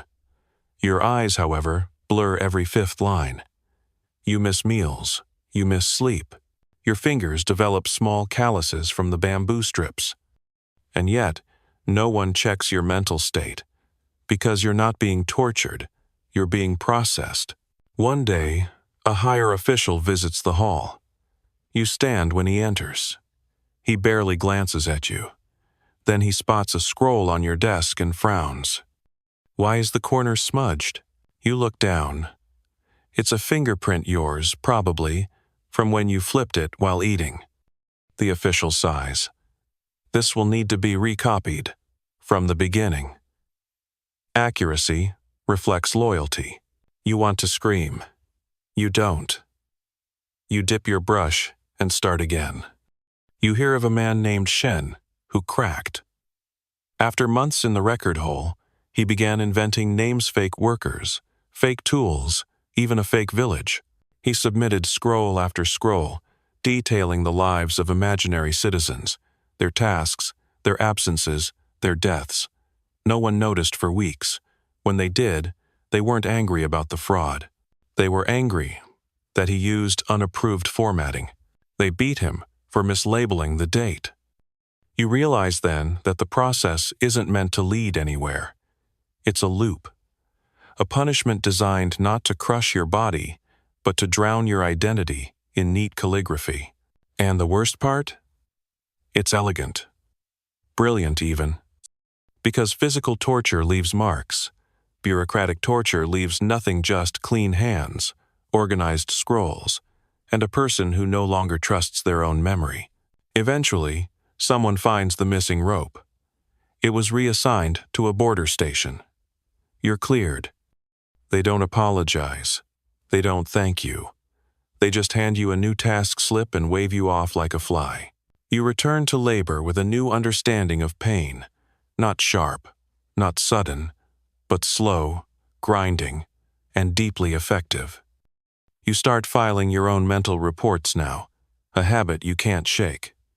Before bed, you list everything you said that day. Every person you spoke to, every item you touched. You recite it like a chant, as if someone might ask tomorrow, because the real punishment isn't the writing. It's knowing the writing can come for you any time, anywhere, for any reason, and you won't even hear the ink until it's too late.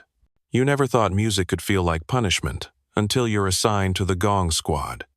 It's supposed to be a ceremonial duty, an honor even. You're picked not for crime this time, but for rhythm.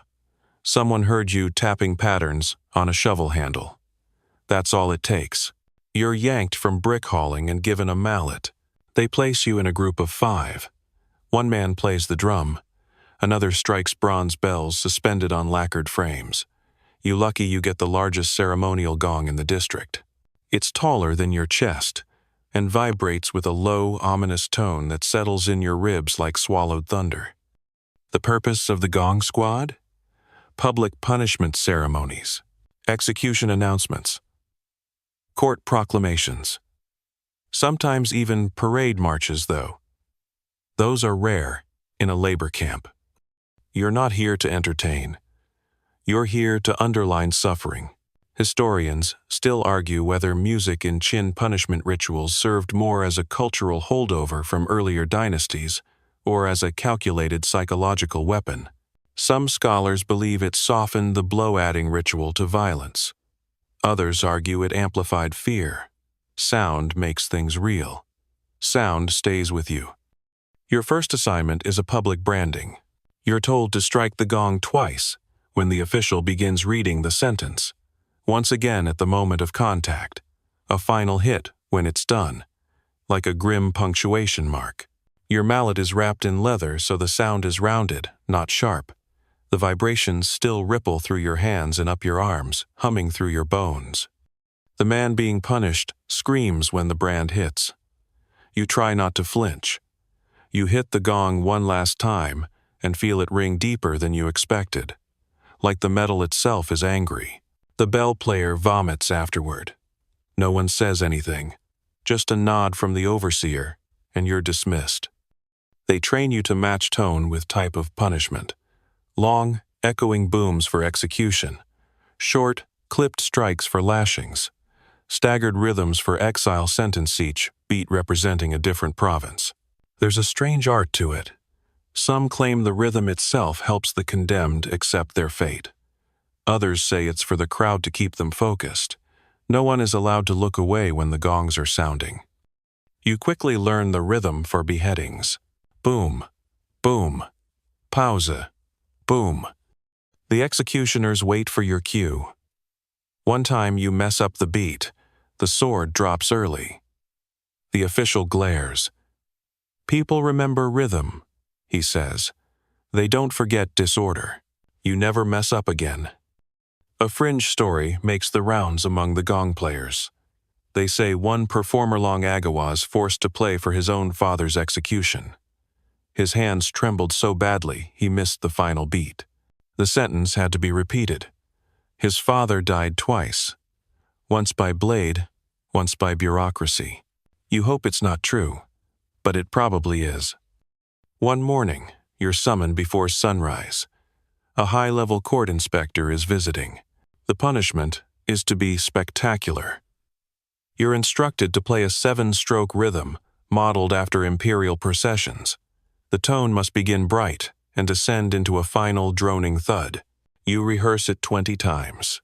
The condemned is a nobleman's servant accused of leaking private court gossip. His robes are tattered, but still show hints of red silk. He doesn't cry. He doesn't beg, just kneels, eyes closed, like he's waiting for rain. You strike the first note, then the second. The bell rings. The drum booms. The axe falls. Your final beat lands like a stone dropped in a still pond. Afterward, the inspector nods.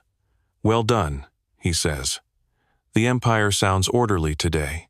You feel sick. You start hearing echoes in your sleep. Not dreams, just sounds, ghost beats, as if someone's drumming inside your pillow. Sometimes, when you're alone, you tap your thighs in rhythm. Not because you want to, because your body doesn't know how to stop. The drum player beside you starts humming to himself. Not songs, just the tones you all perform execution rhythms turned into lullabies. One night he hums himself into a panic attack. You hold his shoulder until he calms down. Then you both sit in silence, trying not to hear what you've memorized. Some people say that music is healing. But not here. Not under Qin. Here, music is structure. Music is memory. Music is part of the punishment. A tattooed musician who once played in the court ensemble tells you this is deliberate. Harmony, he says. The emperor believes punishment should have harmony. That justice, pain, and order must sound correct. You believe him. And then, one day, they ask you to play for someone you know. It's a boy from your old barracks. You shared a blanket once during a cold snap. He gave you a roasted yam on your birthday. Now he kneels, wrists bound, eyes scanning the crowd. They've accused him of stealing tools. As sees you, you don't look away. You strike the gong. The sound rolls out like thunder caught in a jar. It echoes for what feels like minutes. When the executioner moves, you don't watch. You keep your eyes on the mallet. When it's over, no one speaks to you. They don't have to, because the music says everything. You realize that the empire doesn't just punish the guilty. It performs it, with sound, with rhythm, with exactitude. And in that performance, you've become part of the machinery. You used to fear the lash, the brand, the whip. Now, you fear silence, because silence means the rhythm has stopped. And if it's stopped, someone else is holding the mallet. You're not sure what you expected from the so-called mirror house, but it wasn't this, just a squat clay building behind the magistrate's compound, low and silent, surrounded by a dry garden of pebbles, raked into spirals no one seems to maintain. There's no sign, no guards out front, just a small bronze bell hanging from a hook and a slate that reads simply, "Reflection duty. Present yourself when summoned." You've heard rumors, of course. Everyone has. That people enter and come out different.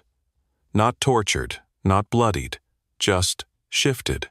Like they've had something scooped out and replaced with stone.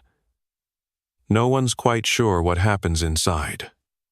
The stories say, it's not a punishment of force, but of thought. You're summoned on a rainy afternoon. You trudge through mud with your scroll and hand your name, your crime, your assignment. The guard at the door doesn't speak. He gestures, and you step inside. The first thing you notice is the silence. Not just quiet silence, the kind that presses against your ears like wool. No wind. No footsteps. No sound of your own breathing. The second thing is the mirrors. Dozens of them. The room is circular, about the size of a storage shed, with bronze mirrors embedded into every surface walls, ceiling, even a few angled across the floor. They aren't clear. They shimmer oddly, warped and patinaed, like the surface of a still pond right before a pebble drops. When you look into them, your reflection doesn't move quite right. It's you, but not. Delayed. Dim. Slightly off-center. You sit when told. A clerk in gray robes enters behind you and sits opposite. He opens a thin scroll and begins to re-knot your sentence, but your life. A biography compiled from tax records, work assignments, statements from neighbors, even fragments from your confessions. He reads slowly, methodically, never looking up. Then he says, "Now tell the truth." You open your mouth. You stop. The mirrors are watching. Historians still argue what the mirror house was for. Some claim it was an early form of psychological punishment, designed to encourage confessions through sensory distortion. Others say it was a leftover ritual space from a forgotten religion, repurposed by the Qin to humiliate. One fringe theory claims the emperor believed that reflections could capture lies, and that the room's geometry would reveal dishonesty by disrupting its flow. You're told to recount your crime in detail, but as you speak, the reflections seem to shift. Each mirror captures a different angle. One shows your eyes looking upward when you're looking straight ahead. Another reflects your hands twisting, even when they're still. You start second-guessing every word. Did you really mean it? Were your motives pure? Or did you act out of pride? Fear. The clerk doesn't interrupt. He waits. He watches. He nods. When your voice trembles, you don't cry, but you feel something unspool in your chest, like a tightly coiled rope finally loosening. You finish your statement and wait for the judgment. There is none. He simply rolls up the scroll, taps a small brass bowl with his knuckle, and leaves. You sit alone for what feels like hours. The mirrors shift in the changing light. You begin to see things, not hallucinations, just fragments. Your father scolding you for breaking a pot. Your mother singing as she folded robes. A friend you betrayed. A lover you disappointed. Your reflection shifts to hold each image, not as you are now, but as you were then. You try to stand. Your legs refuse, so you sit and watch. Eventually, the door creaks open. No one says a word. You're allowed to leave. Outside, it's evening. The rain has stopped. The world feels louder than before, your own footsteps like thunderclaps, your breath like wind through reeds. Later that night, someone asks what happened. You say, "I saw myself," and they understand. The mirror house isn't about confessions. It's about remembering, not just what you did, but who you became because of it, and who you chose to stop being. One fringe tale says Qin Shi Huang himself once sat in a mirror chamber for 9 days. When he emerged, he reportedly ordered his astrologers beheaded and stopped eating garlic. No one knows if it's true, but it sounds right. He was never the same after. Some believe the mirrors are enchanted, that each one contains the trapped reflection of a condemned soul, forced to replay their sins for eternity. You don't believe that, but sometimes, when you blink, you see an extra figure behind you. Just for a second. After the mirror house, you're reassigned to quieter labor. No more gongs, no more archives.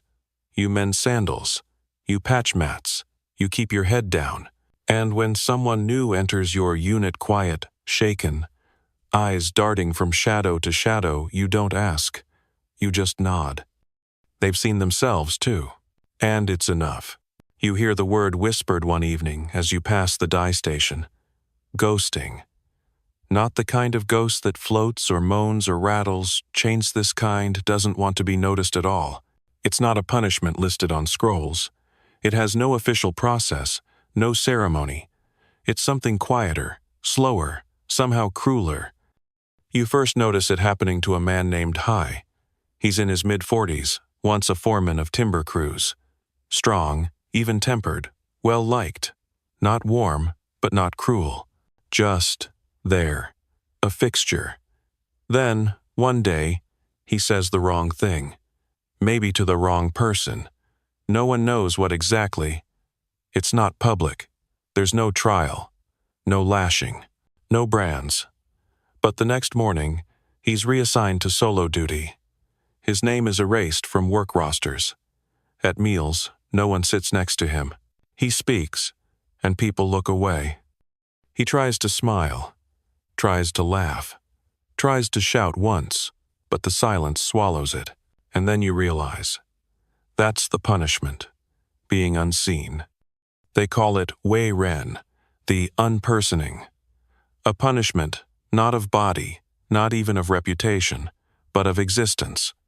You're still breathing, still eating, still moving, but administratively, culturally, spiritually, you are already gone. Historians still argue whether ghosting began as a deliberate penal practice under Qin Shi Huang, or whether it arose from bureaucratic overflow files misfiled, names dropped, identities blurred.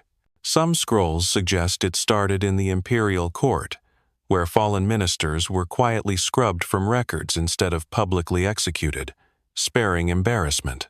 Others think it was imported from older tribal justice systems, where exile took the form of social blindness. You see it unfold in real time with Hai. He still works, but only on useless things. He's made to dig holes that get filled the next day, carry empty buckets between empty buildings, sharpen tools that don't need sharpening. One morning, a junior scribe hands him a scroll to deliver, then snatches it back and hands it to someone else, pretending Hai never stood there.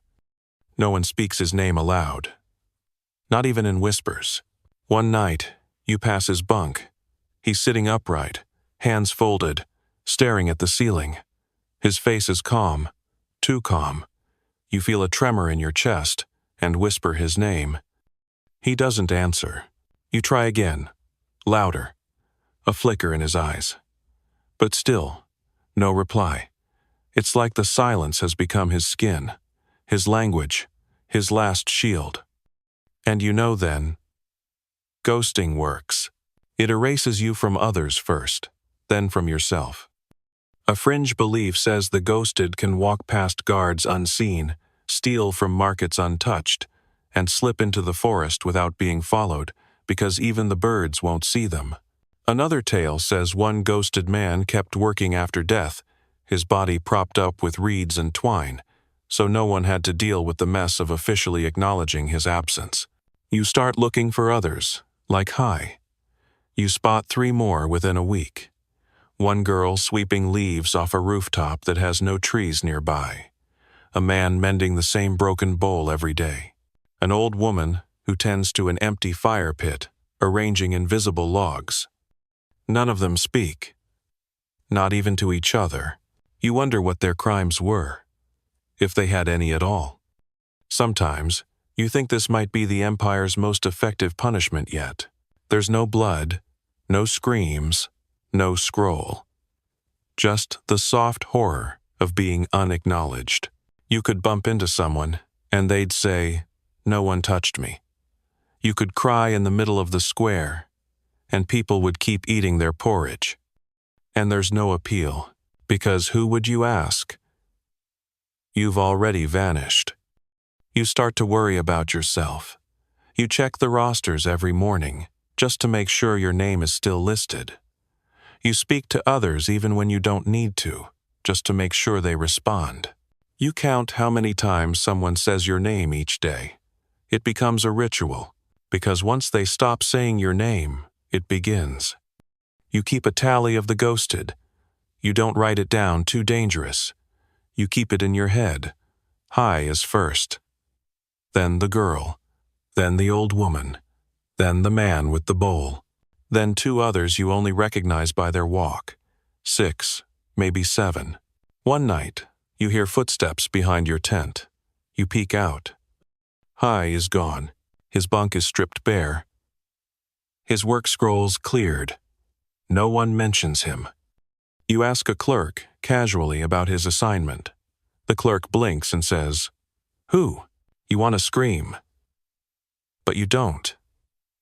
You nod, walk away, and dig deeper into the dirt with your shovel. A few days later, a young man in your labor crew stares too long at a senior guard during roll call. That's all. Just a glance.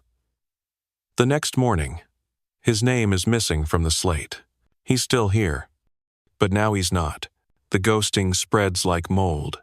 Slow, silent, always one breath behind you. You start whispering names at night, to yourself, just to keep them alive, just to fight the weight of forgetting. Hi. The bowl man, the girl on the roof. Their names echo in your mind like drumbeats on a hollow pot, faint, fragile, but still there. Because as long as you remember, they haven't completely vanished. And maybe that's the only power left in this empire to keep the erased from being completely erased. Not in ink, not in bronze, but in thought, in memory, in whispers. You wake to a foggy morning, the kind where the sun struggles just to show up. It's quiet, but not the kind of silence that feels restful, more like the breath-holding hush before something heavy. You step outside and see others gathering in the square, blinking sleep from their eyes, all of them pulled from bed early with no explanation. A runner has come. There's news. The emperor is dead. No one speaks at first. The announcement is just that, a flat proclamation from a mounted envoy, his uniform dusted with travel grime, his tone lacking any ceremony. The first emperor of Qin has passed during a tour of the eastern provinces. That's all. He doesn't say how. He doesn't say when. He just rolls the scroll back up and turns his horse around. You feel the weight of the words settle into your chest like damp wool. Not because you loved him, not because you feel grief, but because your entire world has been built on the foundation of his shadow, and now that shadow is moving. People murmur. What does it mean? What happens now? Will punishment stop? Will pardons come? Some say his son will bring mercy. Others say the ministers will take over and make things worse. Historians still argue whether Qin Shi Huang's death triggered a power vacuum or merely a rebranding of tyranny. Some believe the rigid order he built couldn't survive without his sheer force of will. Others say it was doomed from the beginning, and the moment he died, the cracks started to show. You return to your quarters. Wait. Listen. And then the changes begin. Not immediately. Not loudly. First, it's the guards who stop yelling quite so often. Then, new scribes arrive with new scrolls bearing strange seals. Your work group is reassigned. Less digging, more maintenance. Someone whispers that the wall project has slowed. Someone else claims the tattoo branding is being phased out. A fringe tale even floats through the compound that the execution bell cracked the moment the emperor de-danned. No replacement has yet been found that sounds right. The air feels different. Not lighter, just less solid. Like the empire itself is breathing in for the first time in years and doesn't yet know how to exhale. But even with change, the scars remain. You pass a boy with no ears, a woman with a burned brand on her cheek, a man who no longer speaks at all. They don't look up, they don't hope, because long after an emperor dies, his punishments live on. You dream of scrolls turning to ash, of gongs melting into silence, of walls cracking open to release the bones buried deep inside. You hope it means something, that the rhythm has broken, that the next beat will be different. But hope is cautious now. It treads lightly, like a cat through a battlefield. Some men say it's time to run, that the collapse is coming. You don't know where you'd go. The empire has long arms. Mountains are just new places to be hunted. So instead, you stay. Watch. Wait. And then, one quiet night, your name appears on the slate beside a single word. Released. You don't believe it at first. You double-check. You triple-check. No trick. No test. You're handed a small sack of grain, a travel token, and a stamped scroll that says you are no longer bound to labor service, that your record is closed. You step outside the gates for the first time in years. The air hits you like music-real air, not filtered through discipline. The sky is too wide, the road too empty. You walk slowly at first, waiting for the sound of boots behind you. There are none. And for the first time, no one is watching you leave. You pass places you once worked, now overgrown. You pass a village rebuilt after a flood, children playing in ditches where once only orders were shouted. You hear laughter and don't flinch. You smell rice cooking and realize your stomach is empty. You are free, but the past clings. You still count steps, still scan faces, still brace when someone raises their voice. You sit by a stream and look at your reflection. The tattoo on your arm has faded, but you remember the sting. The gongs still echo sometimes, especially at night. The mirror room lingers in your dreams, but you're here. You survived, and the Empire, that great machine of discipline and dread, no longer has your name in its gears. You find work in a small village amending roofs, chopping firewood. They don't ask questions, you don't offer answers. But over time, people start to speak to you like you belong. A girl brings you tea. A boy asks you to help build a kite. You feel the strange, tender ache of becoming real again. One day, you hear a traveler mention the Qin dynasty in the past tense. You smile, because somehow, even after all the lashes, brands, paperwork, whispers, and silence, you've outlived it. And not everyone can say that. Now let the dust of Qin's empire settle around you, soft as silk, lighter than the breath of dawn. You've walked through stone corridors and paper traps, seen faces rewritten by fear, and silence used like a sword. But now, the fires are low, the gongs have long since gone quiet, and the weight of punishment drifts behind you like an old shadow that no longer follows so close. As you close your eyes, picture the ancient road stretching out ahead, scattered with golden leaves and the quiet hush of 1,000 forgotten footsteps. Each one was real. Each one mattered, even those the scrolls forgot. Especially those.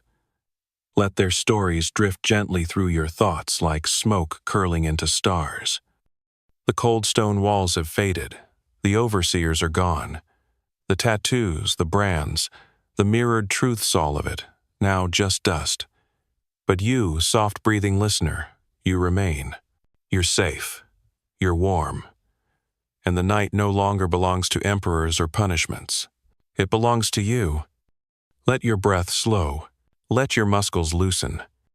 Let your heart beat quiet to a gentle drum, steady and sure, untouched by orders, untouched by scrolls.